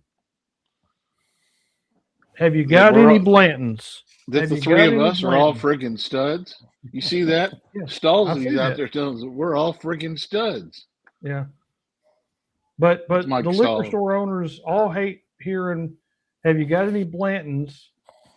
And so how many people watched John Wick and you saw the Blanton's bottle in John Wick? And Yeah. and so people are like, oh well, that's the good stuff. I got to have that. And then you have podcasters talking about Buffalo Trace. They advertise it on their podcast. So is that part of what makes it so popular? Is it because it's a good product? Is it both? I mean, that's kind of what we're trying to dive into tonight, I think. Bortner Yeah. wants to challenge you with that. Who the hell is asking for Blanton's? Okay, Mike. Okay, I understand your part of the world is different than our part of the world, but I went into a liquor store down here locally, and I walked in, and the first thing I said, jokingly, was, "Hey, y'all got any Blantons?" And she looked at me like she wanted to kill me. I bet Well, I that's know. Teresa. I bet I know who I you're know who talking that about. That's was. And Teresa, yeah. you have got to bring her some of that famous rum cake, and then she won't say that to you when you walk in. She'd be Well, nasty. I don't have any of that. She'll give you loving, touching, and squeezing. Oh, wait, hold on. Maybe we don't want to go that far. So anyway, I mean, that's just kind of what I'm getting at. How much of this stuff is hype? How much is the Weller Special Reserve popular because it has Weller on the bottle? Is Makers popular because it has the red wax on the top? Or are they really pretty decent pours for what you pay for them? I think they're decent pours for what you pay for them. Yeah. I think there's a lot of other ones out there. We just picked out 6 tonight, being fair for everybody. And I know everybody can come up with a list of other ones that are under $30 because I know that Well, hey, Jim Beam Bottle and Bonds out Roger, there. hold that thought. What? Let's go to the next pour, which is the last pour. And then let's put that question that you just had out to the viewers. That what pours would they consider is their best budget pour? There you go. Oh, somebody said budget. Can we do that? And this is our Okay. budget. This is budget right here, baby. And now, probably the most famous whiskey in the world, I would dare say. Old number 7 from Mr. Jack Daniels. You were named the master distiller, weren't you? Oh, no, I don't know who the master distiller is over there right now. But They don't want you to know. I'm going to tell Well, you. I'm just going to go ahead and say This was my 101. This was my 101 for Will's Wild Turkey. But this is how I had it. oh yeah, Jack and Coke, yeah. Every casino, every party I went to. When It you was a first Jack went and into a Coke. bar, and were able to order a drink, and you didn't want to order beer because you were tired of beer, and you wanted to order some sort of whiskey, everybody would say, "What? Jack and Coke. Jack and Coke. I can remember going to a friend's wedding. It was on a rooftop, kind of like when the Beatles played their live rooftop album. And I went to this wedding. It was on the rooftop. I went to the bar, and I said, "I'll have a Jack and Coke." And the bartender looked at me and he says, "I'm sorry, we don't have Coke. Can I give you a Jack and Pepsi?" And I looked at him and I said, "Just give me a Jack straight up." Like, I'm not gonna run it with a Jack and Pepsi. I'm sorry. Here we go. So I'm a little Okay. different in this because I don't think I had a Jack and Coke until the last couple of years. That's the first time I'd ever had a Jack and Coke. So I never bought Old Number 7 back in the day. I mean, I've bought more bottles of Old Number 7 in the last 2 years, well, in the last year, than I have in my entire life, and that's exactly 2 bottles of Old Number 7. Now, single barrel proofs. Oh yeah, I got those. The Rise, all that stuff I love. But to just kind of tell you, I went and bought this bottle of Old Number 7 yesterday, and that was the smallest bottle they had in the store. So that shows you my appreciation for that. So what I'm going to do then, I'm going to go with I'm out of Coke. I'm going to go with the Jack and Ginger Ale and see if that's any better than the Makers and Ginger Ale. And I'm thinking probably not. Probably and not. I've got my Jack, and I'm going to drink my Coke separate. But I will tell you this: this is probably and the small bottles of Jack Daniels are probably the highest selling brand, highest selling that they have at any of our stores, Memphis, Little Rock, everything else, because old boy can cup this in his hand. Nobody knows what he has. He can pour it in his drink, and he's got himself a little touch while he's finishing up work, or having a little relaxation, and he can take one of these, and this is his night, just like this, and maybe another thing called Fireball, but we're not going to talk about that tonight. But those are the 2 things. Those little bottles like that are the most popular things in this town. Well, I will say, after my first sip of Jack Old Number 7 and Ginger Ale, I have to begrudgingly admit it might be better than Makers and Ginger Ale. Okay. But I'll tell you what I smell. Whenever you smell Jack Daniels by itself, does anybody else smell banana runts? I smell bad decisions is what I smell. Not poor. No, not that. No, sorry. Just Roger, don't even. I'm not even going to go there. But Hey, here we Garden go. the Fierce has got a great comment there. Craig, why don't you pull that Garden the about Fierce the JW Dan? Yeah. I love both those bottles. So somebody read that comment. We need to have that read out loud on the screen. JW Dan, JTS Brown's, very good, budget friendly, and tasty bottles for the price. There you go. I'll cheers to that. I know that. I've got 3 bottles of JW Dan sitting over here, and I got 2 bottles of JTS Brown. Yep, there we go.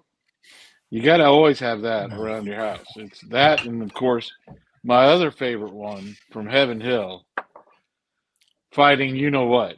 Fighting Cock. Oh, I'm not afraid to say it. Cock. This one right here, the old That cock, one right the there. old Fighting Cock right there. The Yeah, old Fighting Cock. That's a great little I'll tell you bottle what. right You've not been to Arkansas unless you've been to a damn cockfight. there.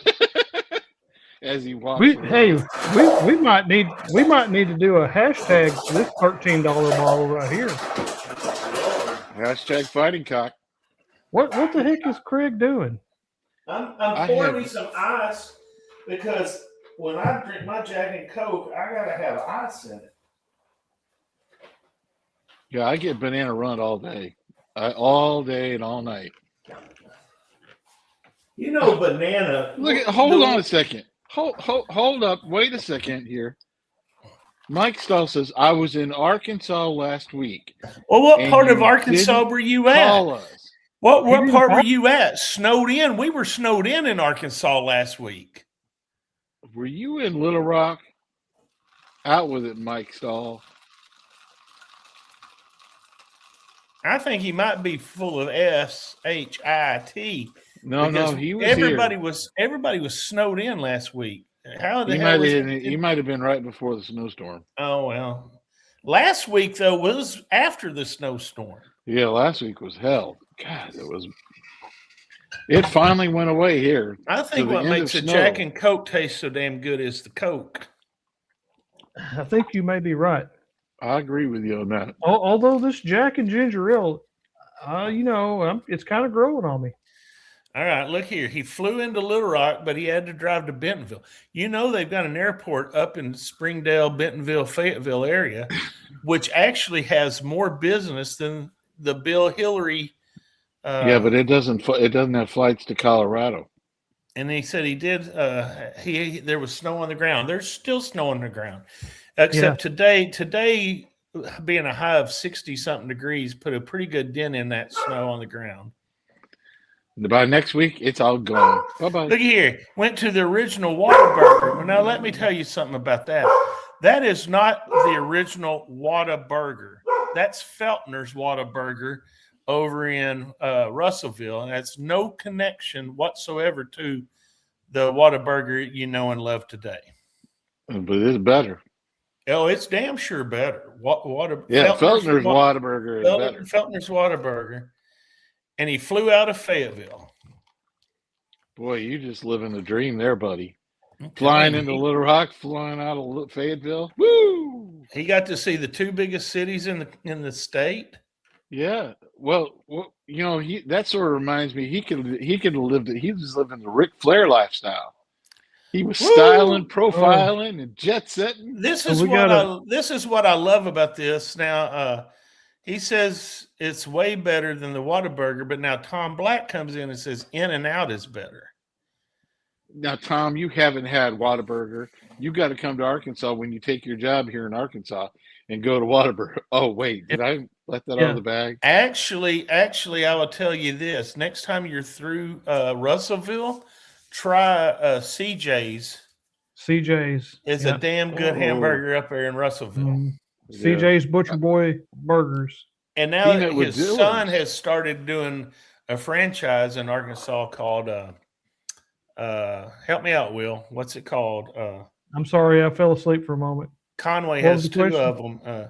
What's the question? CJ's, like his nephew or something, started his own burger restaurant called the Red and White. Yeah. They got one in Hot Springs. It's a Red and White building. Is it David's Burgers? Yeah, David's. Yeah. And they're not near. It's not near as good though as the CJ's. No, it's not. That's based in Maumelle. No, it's not near as good as CJ's. But if you want a good greasy burger and all the fries you can eat, David's Burgers is pretty dang good for that. Yep. You were right. It's right across from Arkansas Tech there on I believe it's Highway 7. Feltner's Whataburger. Yep. And then the CJ's is across the interstate from that. It's on the north side of I-40. Yep. And did you know that? Go ahead, Rob. Did you know that the Dillard's World headquarters is based right here in Little Rock? Absolutely, we did. So then that begs the question: why did Stalzy go to Bentonville if he was meeting with Dillard's? Because they're in Little Rock. Well, he probably met with multiple customers because he was trying to. He's trying to make the best of it. I'm going to say if he was up there in Bentonville area, he was probably rubbing shoulders with the Walmart folks. Yeah, possibility. Okay, so I got to tell you, Mike Stalzy, next time you come into Little Rock, you need to plan to be here a little bit early, and you'll get bourbon legendized. We'll take you to a restaurant here in Little Rock. Shut up, Bandit.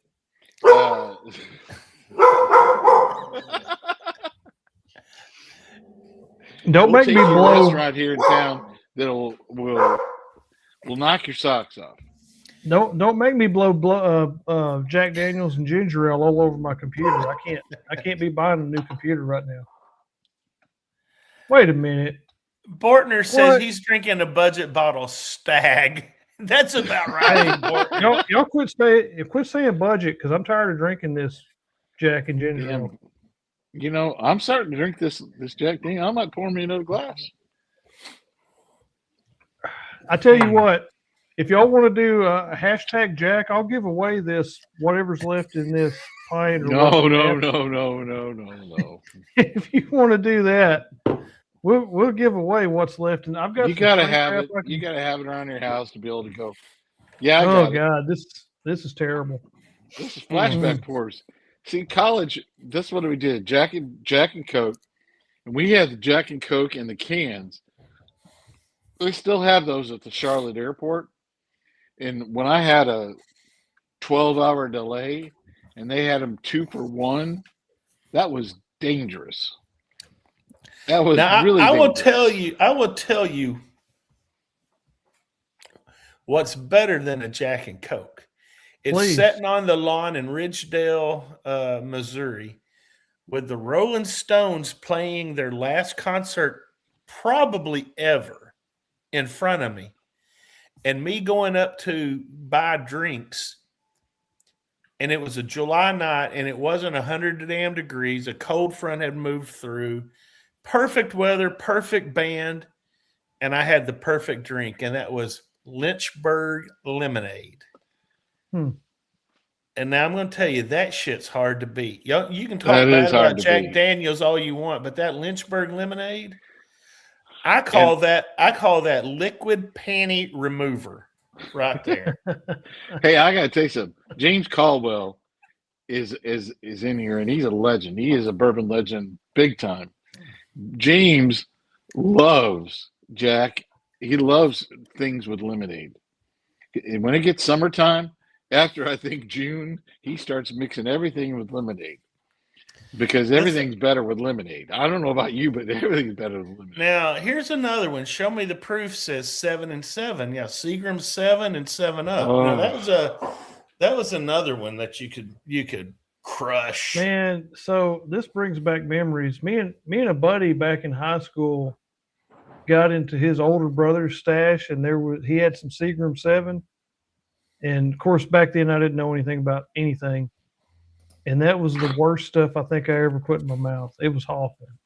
It was awful. Now, maybe if I go back and drink it now, I might enjoy it. You know? But I can tell you, James, a Jack and Coke is by far better than a Jack and ginger ale. I can just tell you that right now. Well, now, James, I will tell you what's good. And we did that this year when we went over to Lynchburg. God, it was hot. It was 100 degrees, and they had frozen lemonade with Jack Daniels in it, like a slushy. Oh my God, it was good. It was great. I'm in. It was great. Hey, I don't know about you, but here's the greatest hack of all. You sneak the little bottles of Jack into the county fair, and they make that squeezed lemonade that they do, where they squeeze it out of the lemons and do it right there in front of you, and add all the sugar and pour it for you. You get that, and then you just dump a whole 2 of those things of Jack in there. Life was good. I don't know. I have to agree with Tracy on this. Everything is better with bacon. You got that right, babe. Roger, you're being a bad influence on people, telling them to sneak booze into the state fair.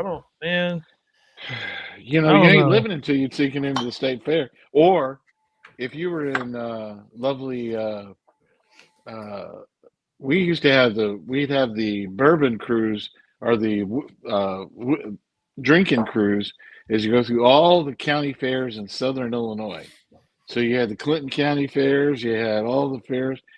You'd have a big old time. We had put out a calendar and where to meet up and have a big old group. And Tracy, cheers to Tracy and budget. Oh boy. Now, getting off the subject just a little bit, we're having that bottle share / distillery takeover at Old Glory. when you Yeah. pre-purchase your bottles, you can show up there and you can pick them up right then, or we'll mule them or whatever we need to. But Tracy's going to be there. You can meet the famous Tracy Silly Yorkie and get your hotel rooms right now. Well, in and she'll have a Clarksville, table Tennessee. set up.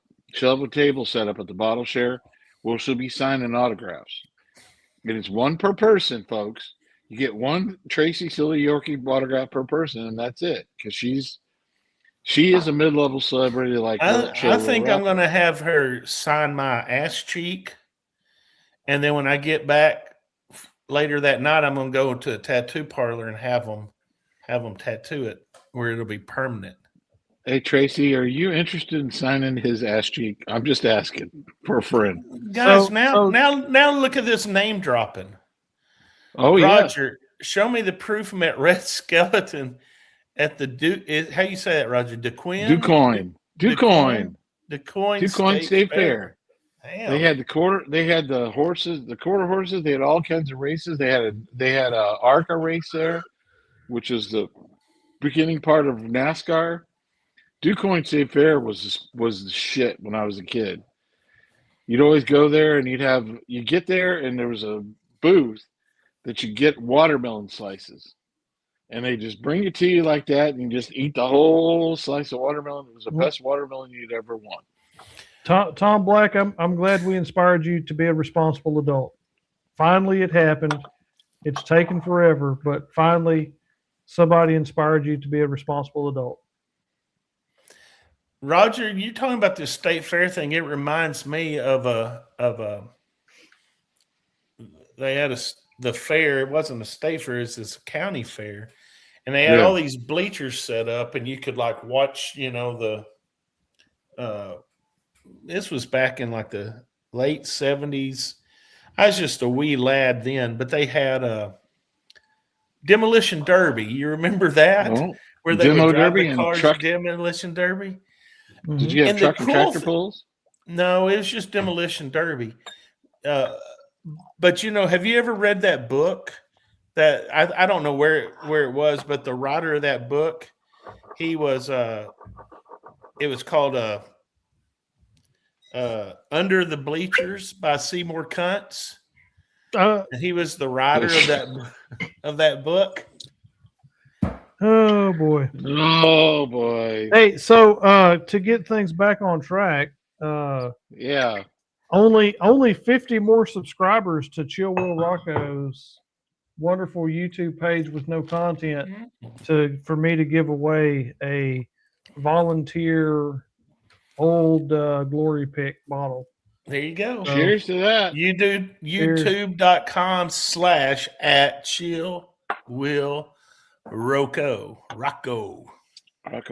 Only 59 more subscribers. When I get to 100, I will give away a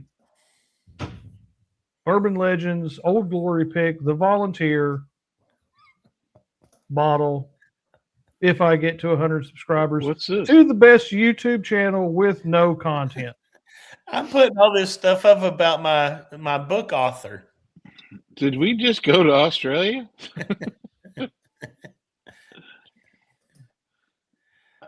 Oh, Man, Ride Dog's here. Crazy. Oh, I misread that from Ride Dog. It says, I thought that story was actually going somewhere. I thought it was, when I first read that, I thought it said, I thought that story was actually growing somewhere. No, it's going somewhere. Well, see, I got to get this out of my system and do these things. Do we need to do some more trivia to kind of calm things down a little bit, or what? I want to tell.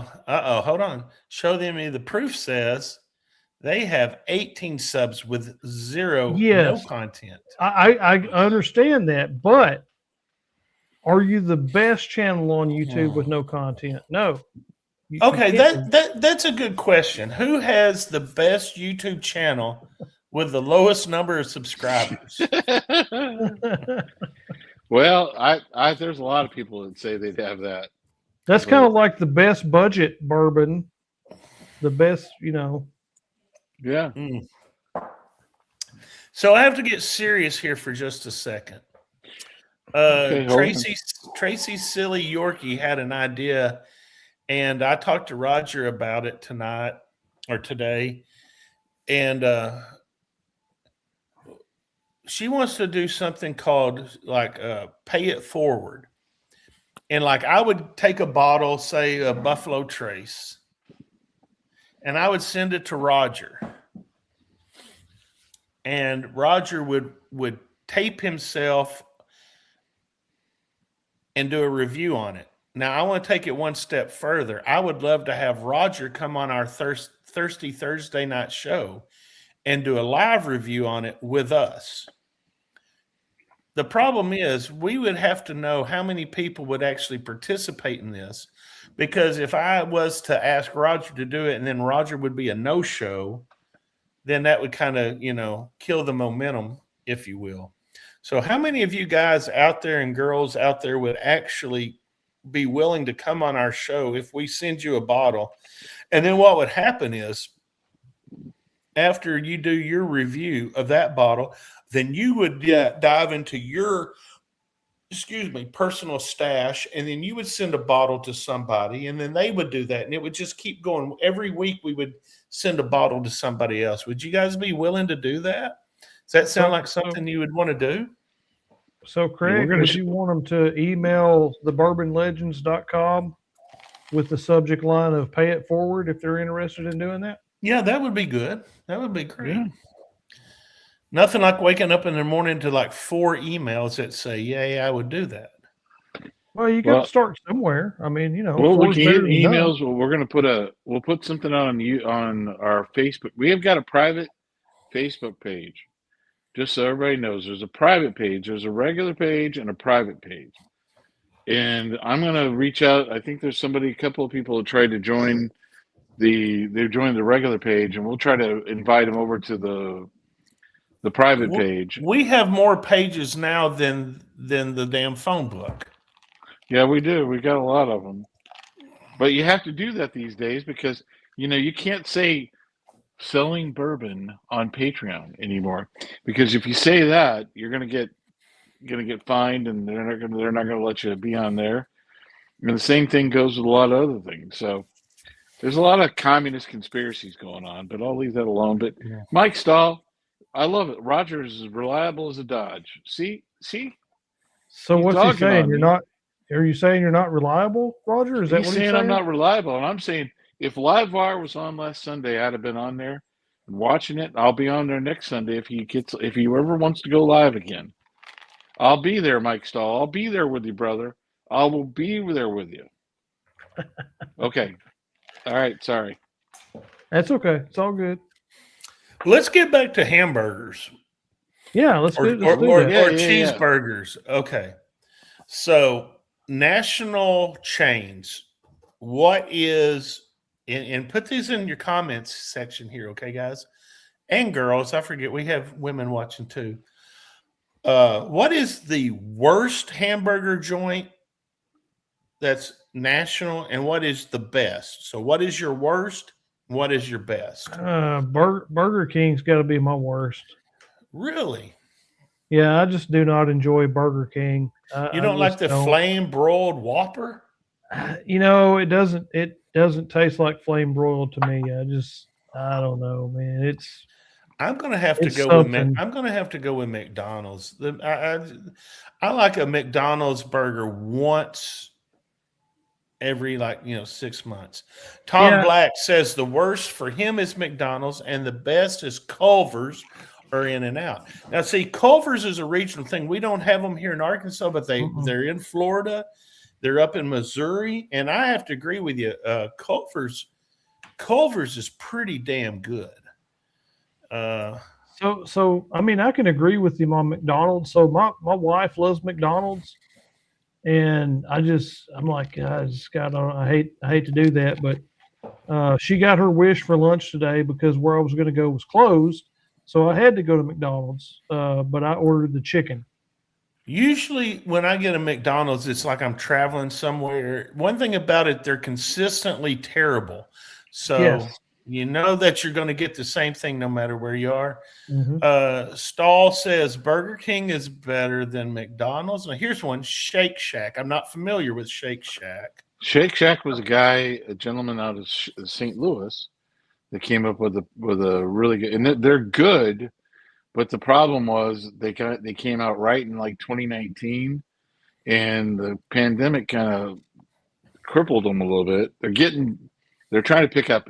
It's an upscale burger place, to be honest with you. Okay. The burgers are Where, kind of expensive. where you pay too much for a burger. James Caldwell Yeah. says worst is McDonald's, best is Wendy's, but his favorite is David's Burgers. David's, like I said, is a regional chain. Wendy's, I used to love a single with cheese, mayonnaise only from Wendy's because their burgers are square; they don't cut corners. Wait a minute, Roger or Craig. Wait a minute. They're not square anymore. So, Are they not? I would have agreed. So until recently, Wendy's was my favorite national chain. The single was great, the Baconator was great, but they have changed, and they I no did not know longer that. have square patties. They have round patties, and the quality is not near what it used to be. It's just not as good as it used to be.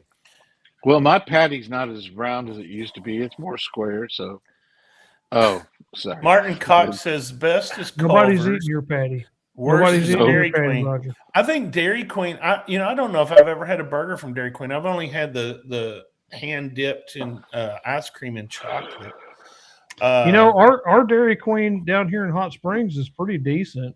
I've had good luck with them here, but I like Tom Black's Guilty Pleasure. That's one of my favorites too. Which one is his guilty pleasure? I don't know which one. I guess I missed that one. Sonic. Sonic burgers are pretty good. They leave a really weird smell in your truck though. I hate to say it. Yeah.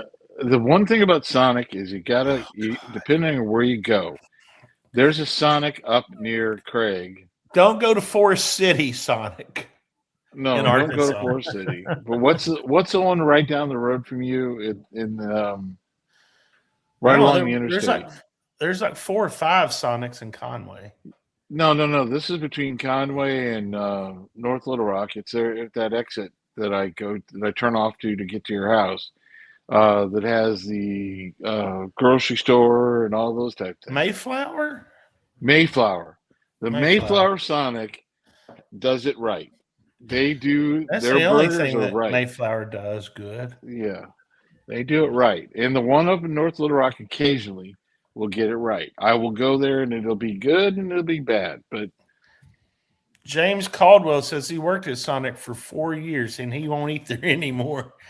That could be a story we don't need to tell, or we do need to tell. Okay, so somebody has not put this out. And I don't know how Hardee's stays in business other than maybe their breakfast. But man, I used to love a Hardee's or a Carl Jr.'s. What was it called? The Frisco burger. Frisco burger. I was just about to bring that up. Those were good. There was the Hardee's mushroom and Swiss burger. Yeah, or the hot ham and cheese was pretty good too. I ate a lot of hot ham and cheese in my life from Hardee's. Yeah. There used to be one in Hot Springs and it didn't make it. There's one back close to where I grew up that's still in business, and they do a pretty good burger, but pretty much any of the fast food chain burgers anymore just aren't that great. No, they're really not. I would just as soon go sit down in a Waffle House and avoid the fights and have Texas cheesesteak on toast or whatever. Yeah. One of the best burgers I think I've ever had is one that I've cooked. Mm-hmm. I came up with my own recipe for a seasoning, but they have to be fresh 80-20 beef. They have to be just like a smash burger, like an Oklahoma smash burger, smashed down, and then put the seasoning. Oh my God. Toasted bun. What are you talking about? Good. So what about you're talking about other Freddy's? local places? Okay, go ahead. What about Freddy's? Nobody's mentioned Freddy's. Does anybody have a Freddy's in there? Okay, yeah, Will, when we went to Bardstown, me and you ate at a Freddy's. We did, didn't we? Yep. We We sure did. I ate a I did Freddy's too. burger the other day. It was so thin, and I paid like $17 for a damn hamburger and a shake and onion rings, and it's just like, the burger was so thin you could read through it. I don't know, kind of pissed me off. Yeah, that's kind of their thing, though. Show me the proof says Freddy's is not bad. It's not bad. It's just kind of like, this is not bad either, but I'm not paying $30 for it, So you can go to like a Longhorn Steakhouse and go in and eat a burger and pay not much more than you do at a fast food restaurant. That's true. Well, hey, I'll bring up something that'll just throw the whole controversy into disorder. If you're late night after the bars are closed and you're running around, if you were in St. Louis, you went to White Castle and you ordered a whole bunch of sliders. Admittedly, probably not your best option, but you got sliders. You'd order like a 6-pack, 12-pack of those sliders. Eat those. The next morning, you'd go, gosh, darn it, why did I do that? And then the next 2 nights later, you went there again. But Crystals is about the closest thing to a White Castle, but doesn't give off the same effect. Roger, the last time we went to Memphis and we ate at a Crystal's Burger, I'm going to tell you, I'm kind of craving those again. Those are pretty damn good burgers. I went back by there on my way back home when I came back from my wife's place. I went back by there and had 6 more of them. They were good because they had that mustard on them. They got that mustard. They add mustard to it. Ride Dog's got a good point there about Five Guys. We don't have a Five Guys in Hot Springs, but there's one in, I think, Bryant, and there's several in Little Rock. And those are always really good burgers too, and the fries are great. So they're kind of like the David's burgers, Yeah, endless fries. Been to Five Guys. Yeah. The problem with Five Guys I have there again is it's an expensive burger. It is an expensive burger, yeah. But you must Ride Dog must have watched that Fat Electrician burger, Fat Electrician video. You're talking about watching it on Five Guys. I'm not familiar with that. Yeah. Hey, Steak and Shake used to be the best one in St. Louis. That used to be the best place. Steak and Shake was a good burger. They had really good shakes as well. A steak burger and the shake. But then the other one up there, there's an old one, Michael Bordner, Fuddruckers. Fuddruckers was awesome. And then the other one probably, I like Show Me the Proof. How about Biscuits and Gravy? Well, what about Tom Black saying, as a former marketer, he falls to these ploys of, have you had Five Guys lately?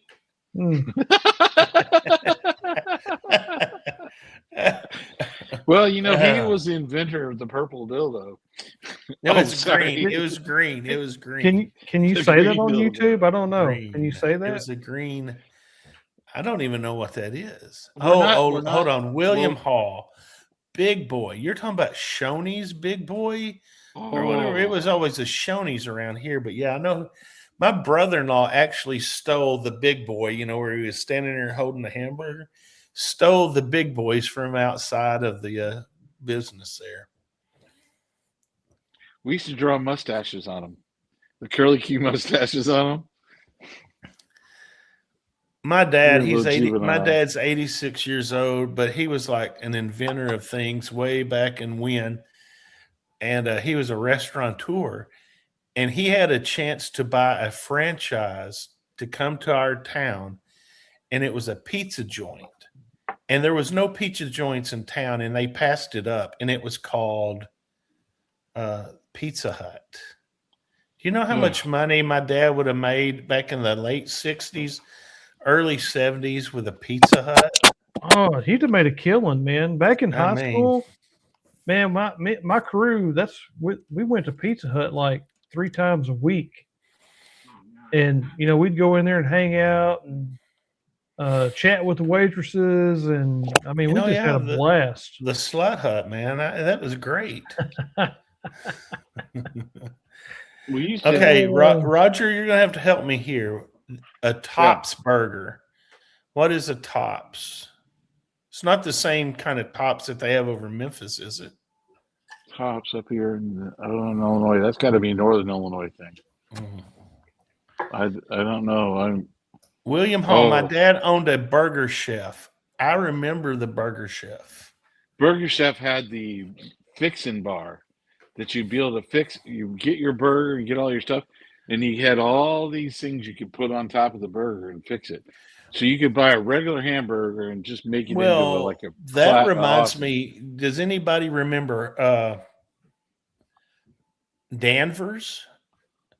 There's still a Danvers over in Memphis, but Danvers was the same way here in Conway, where you would buy the burger and they had like a big salad bar, and you could put any damn thing you wanted on it. Yeah, the Burger Chef used to have those, and we had a Burger Chef in the mall at St. Clair Square, and you'd get there, you'd order the cheeseburger, go over and just load that bad boy up with whatever you want, 100 pickles, whatever you wanted. Can we change gears and quit talking about burgers for a minute? Can we talk about fast food restaurants though, and like their specialty items? Remember when McDonald's had those fried apple pies? And they were actually they had to get rid of them because they were too high. They're too hot. Yeah. But think about this. Who remembers? Oh man, I'm just having a senior moment. Now I'm forgetting. He's forgot. Well, yeah. Here we go. Tom Black is talking about the Tasty. Yeah, we used to have those called Tasty Freeze. We used to have Tasties, which and was like a dairy called. What's the loose meat sandwich called? A Diablo Right. sandwich. So he's sandwich? talking about the Runza that Nebraska had too, and I mean I heard something not too long ago about people in Iowa go to Nebraska to get the Runza because that's the only good food that's around. Made right. Made right. I've heard of Made right. It's all up in Missouri and Iowa and everything. Made right was the best loose meat sandwich because you get it, and the only thing that held it together was the mustard. They put mustard in there and pickle, shut it, and then you could add other things if you wanted to, ketchup or cheese to it or whatever. Made right made the best burgers in Rolla, Missouri that I ever had. What's your thoughts on the McRib? I can't remember the last time I ate one of those. Tom Black says the McRib was invented at the University of Nebraska. So does that mean it's made of corn? Is it all corn? It's supposed to be pork. I thought Nebraska was known for their beef, not for their pork. Who knows, man? It's college town, they like the pork a lot. What I was going to say was like restaurants that have sides or whatever that they're kind of famous for is Wendy's. What's your guys' make on the Wendy's chili? Because the Wendy's chili is just leftover hamburger meat that they didn't sell, hamburgers, and they crush it up, and then they put it in their chili base. Do not spoil that for James Caldwell, okay? I'm just telling you, that's what it is. James is going to be. He's going to be. He's going to be. Maybe I've had Wendy's chili maybe once or twice in my entire life. Well, I don't know. I don't know. Ultimate chili would be Steak and Shake's chili. Theirs was awesome. Okay, Tom Matt Blackjack says it was a professor looking for a way to use the whole hog. He found a way to compress the trimmings and turn it into rib patty, kind of like bologna. That's been made now. It's just the snouts and the buttholes and the peckers. They grind it all up and then they sell it as bologna. So it's the same thing as Spam or potted meat. It's peckers and lips. So OG Brick says, are we discussing Wendy's chili? Yeah, we are discussing Wendy's chili. So what's your take on Wendy's chili? James Rick? Caldwell has never had Wendy's chili. Bortner Oh. says they sell it in the grocery store. Now, here's a good thing. I'll guarantee you that Wendy's chili from the grocery store tastes nothing like the chili that you get at Wendy's. Okay, OG Brick says, do yourself a favor. What kind of favor are we doing? So what he's saying is that You don't the want Wendy's you chili, want the real thing. the Wendy's chili is good, is what OG Brick is saying. He's saying we need to I don't know. go He to comes back Wendy's. here and he says, you want the real thing. Well, yeah, that's not the canned Wendy's chili. The real Wendy's That's the chili one that from you the get at store. the restaurant. Yeah. So that's telling me that I need to go to Wendy's in the next couple of days and get chili and see if it's that good. He says it's magnificent. Now, Oh, I had chili for dinner tonight. Usually my chili is venison chili, but I had hot dogs Sunday night and I wanted real chili, not venison chili, so I used hamburger meat. And So it's here's got what I'm a lot gonna more do. grease. And I'm telling you, Wendy's chili is pretty good, I have to admit. So what I'm going to do, because I can't remember the last time if I have ever had Wendy's chili, but Thursday I'm going to go to Wendy's and eat chili. And OG Brick, come back on our show Thursday night, and when I see you in the comments, I will give you a review of the Wendy's chili I ate on Thursday. How about that? How about this? If you're not able to do the review because you're running back and forth to the bathroom, that it will be your review. Well, sure, yeah. I mean, Ride Dog says, do they always break apart whole burgers and put in the chili, or did I get some old crap thing? I mean, I'm not saying that they're fresh burgers. This is Everything at Wendy's is fresh burgers. Yeah, but it don't say the chili is. It doesn't say the chili is. No, but it's not frozen. So OG Brick says he's going to mark it on his calendar. Okay, so Thursday at 8 p.m. Central, right? The Bourbon Legends go live for Thirsty Night Live. Yeah. And when we see OG Brick in the comments, we're going to talk about Wendy's chili. We may have to take a timeout on our guests, but we're going to stop and we're going to talk about Wendy's chili because I'm going to go Thursday and eat that for lunch.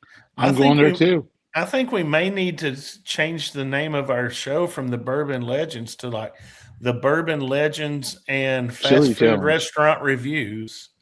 I mean, yeah, I think that's a good idea. Bortner says the Wendy's chili in the can costs like $5 a can. Is that a good price or bad price? Because I can get like Hormel for like $1.50, but it tastes like shit. Well, again, the chili. We're going viral. We're going to go viral one of these days, and it may be on the damn Wendy's chili. I mean, and Tracy Silly Yorkie, look at her. She's in the chili cook-off. She's ready for a chili. I'm in for a chili cook-off. Oh, now we're not cooking chili. We're comparing it. Like, you like Wendy's chili's better than Bert's chili at time out. Time out here. We have a if we're talking about chili cook-offs, y'all better go ahead and hang your spoon up, because I made some 3-meat chili. I made a big pot. I mean, a big cast iron pot full of 3-meat chili, and I had contractors licking the pot. The problem is you're not going to be at the bottle share when we do that night. Yeah. Well, okay. You got a point, Roger. I'm not. You're out. You're right. I'm out. Okay. Will, do you put beans in your chili or not? So, okay, this is my philosophy on chili. If chili doesn't have beans, then it is a condiment. It is meat sauce for hot dogs if it does not have beans. So, yes, I put beans in my chili. Okay. So, if anybody disagrees with that, you're wrong. I'll just go ahead and tell you right now. I'm eating chili cold. Listen to Chill Will Rocco, the mid-level celebrity, out there saying you're wrong. There are some truths in life, okay? There's just some things that are solid in bedrock truths. And beans and chili is one of those solid bedrock truths. Otherwise, it's just meat sauce. So meat sauce goes on pasta. right? Meat sauce goes on chili dogs, right? It's not really chili dogs. It's meat sauce. It's a condiment for a hot dog. So, yeah. All right. So I'm going to have to just go out and say this, Will. We're just going to have to agree to disagree. Because true red chili, I call it red. And that's Texas. Number one doesn't use chili powder. Like when I made that chili there, I took dehydrated chilies. Yeah. And warmed them up, in hot water, blended them. There's no chili powder in them or anything. But true Texas chili does not use filler beans because beans are cheap, and that's why restaurants and shit use them, is so they can make more money. And also, true chili is meat that's been cubed up fine and then sauteed and cooked down. It's not ground murder. You're talking like chili Colorado. Yeah. So when you do chili Colorado, you've got chopped up beef, and you take dried chili peppers and grind those up. Which chili powder is just ground up chili peppers of some description.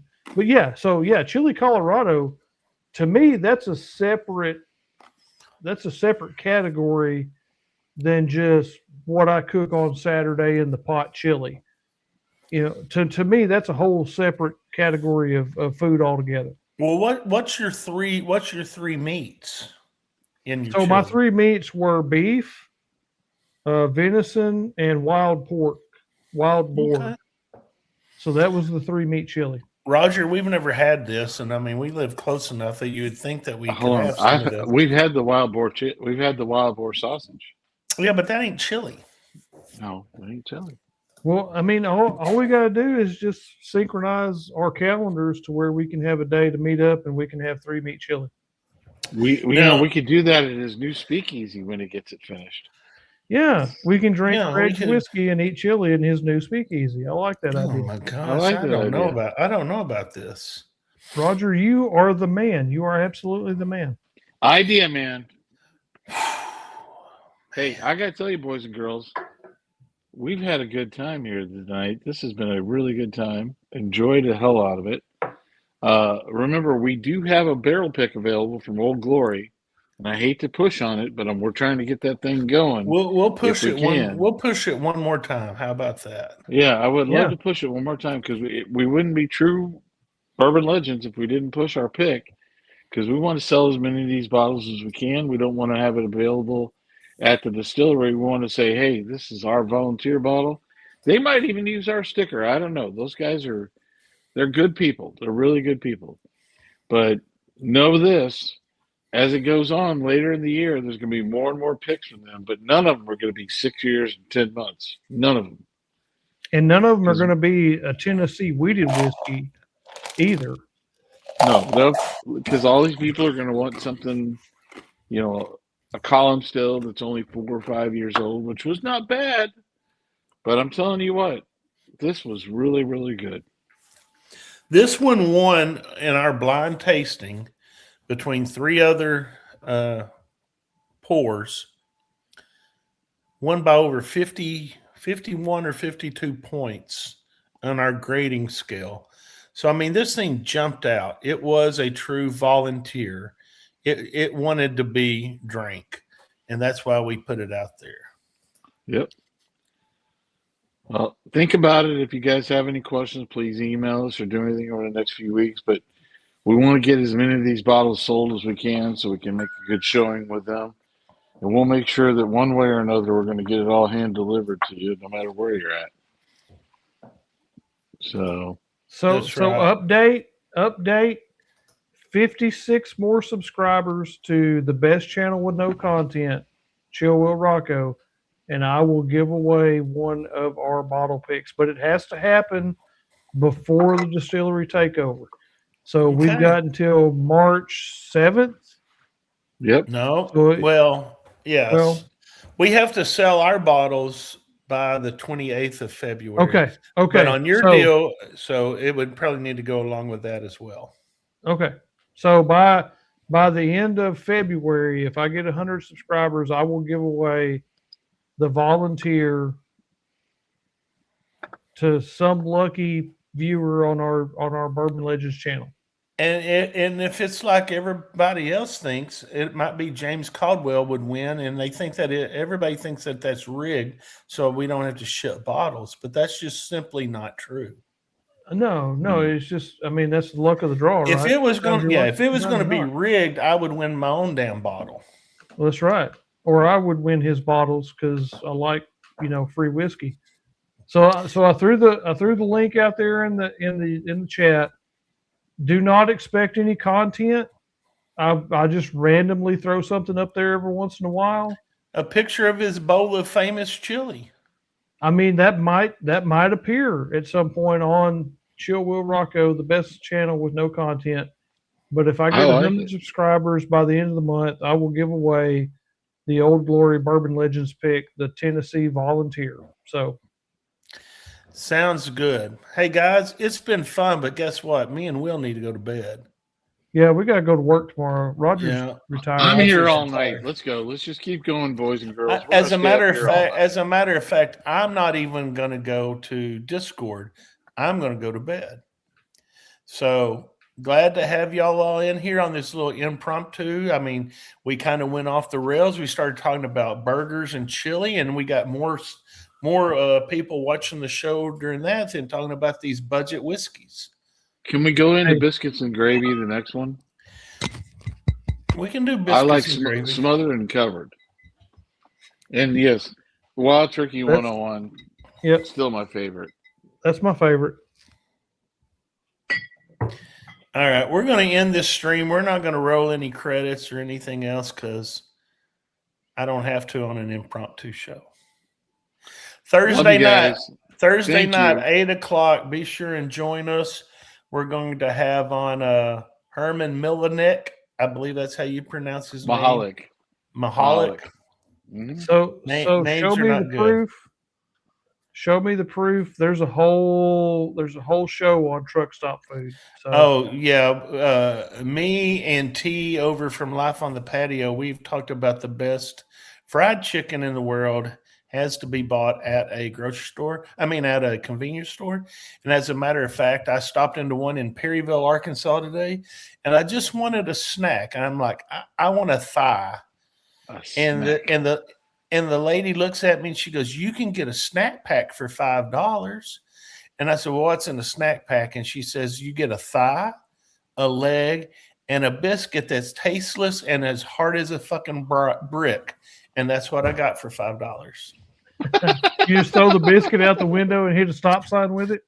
The biscuit was definitely not any good.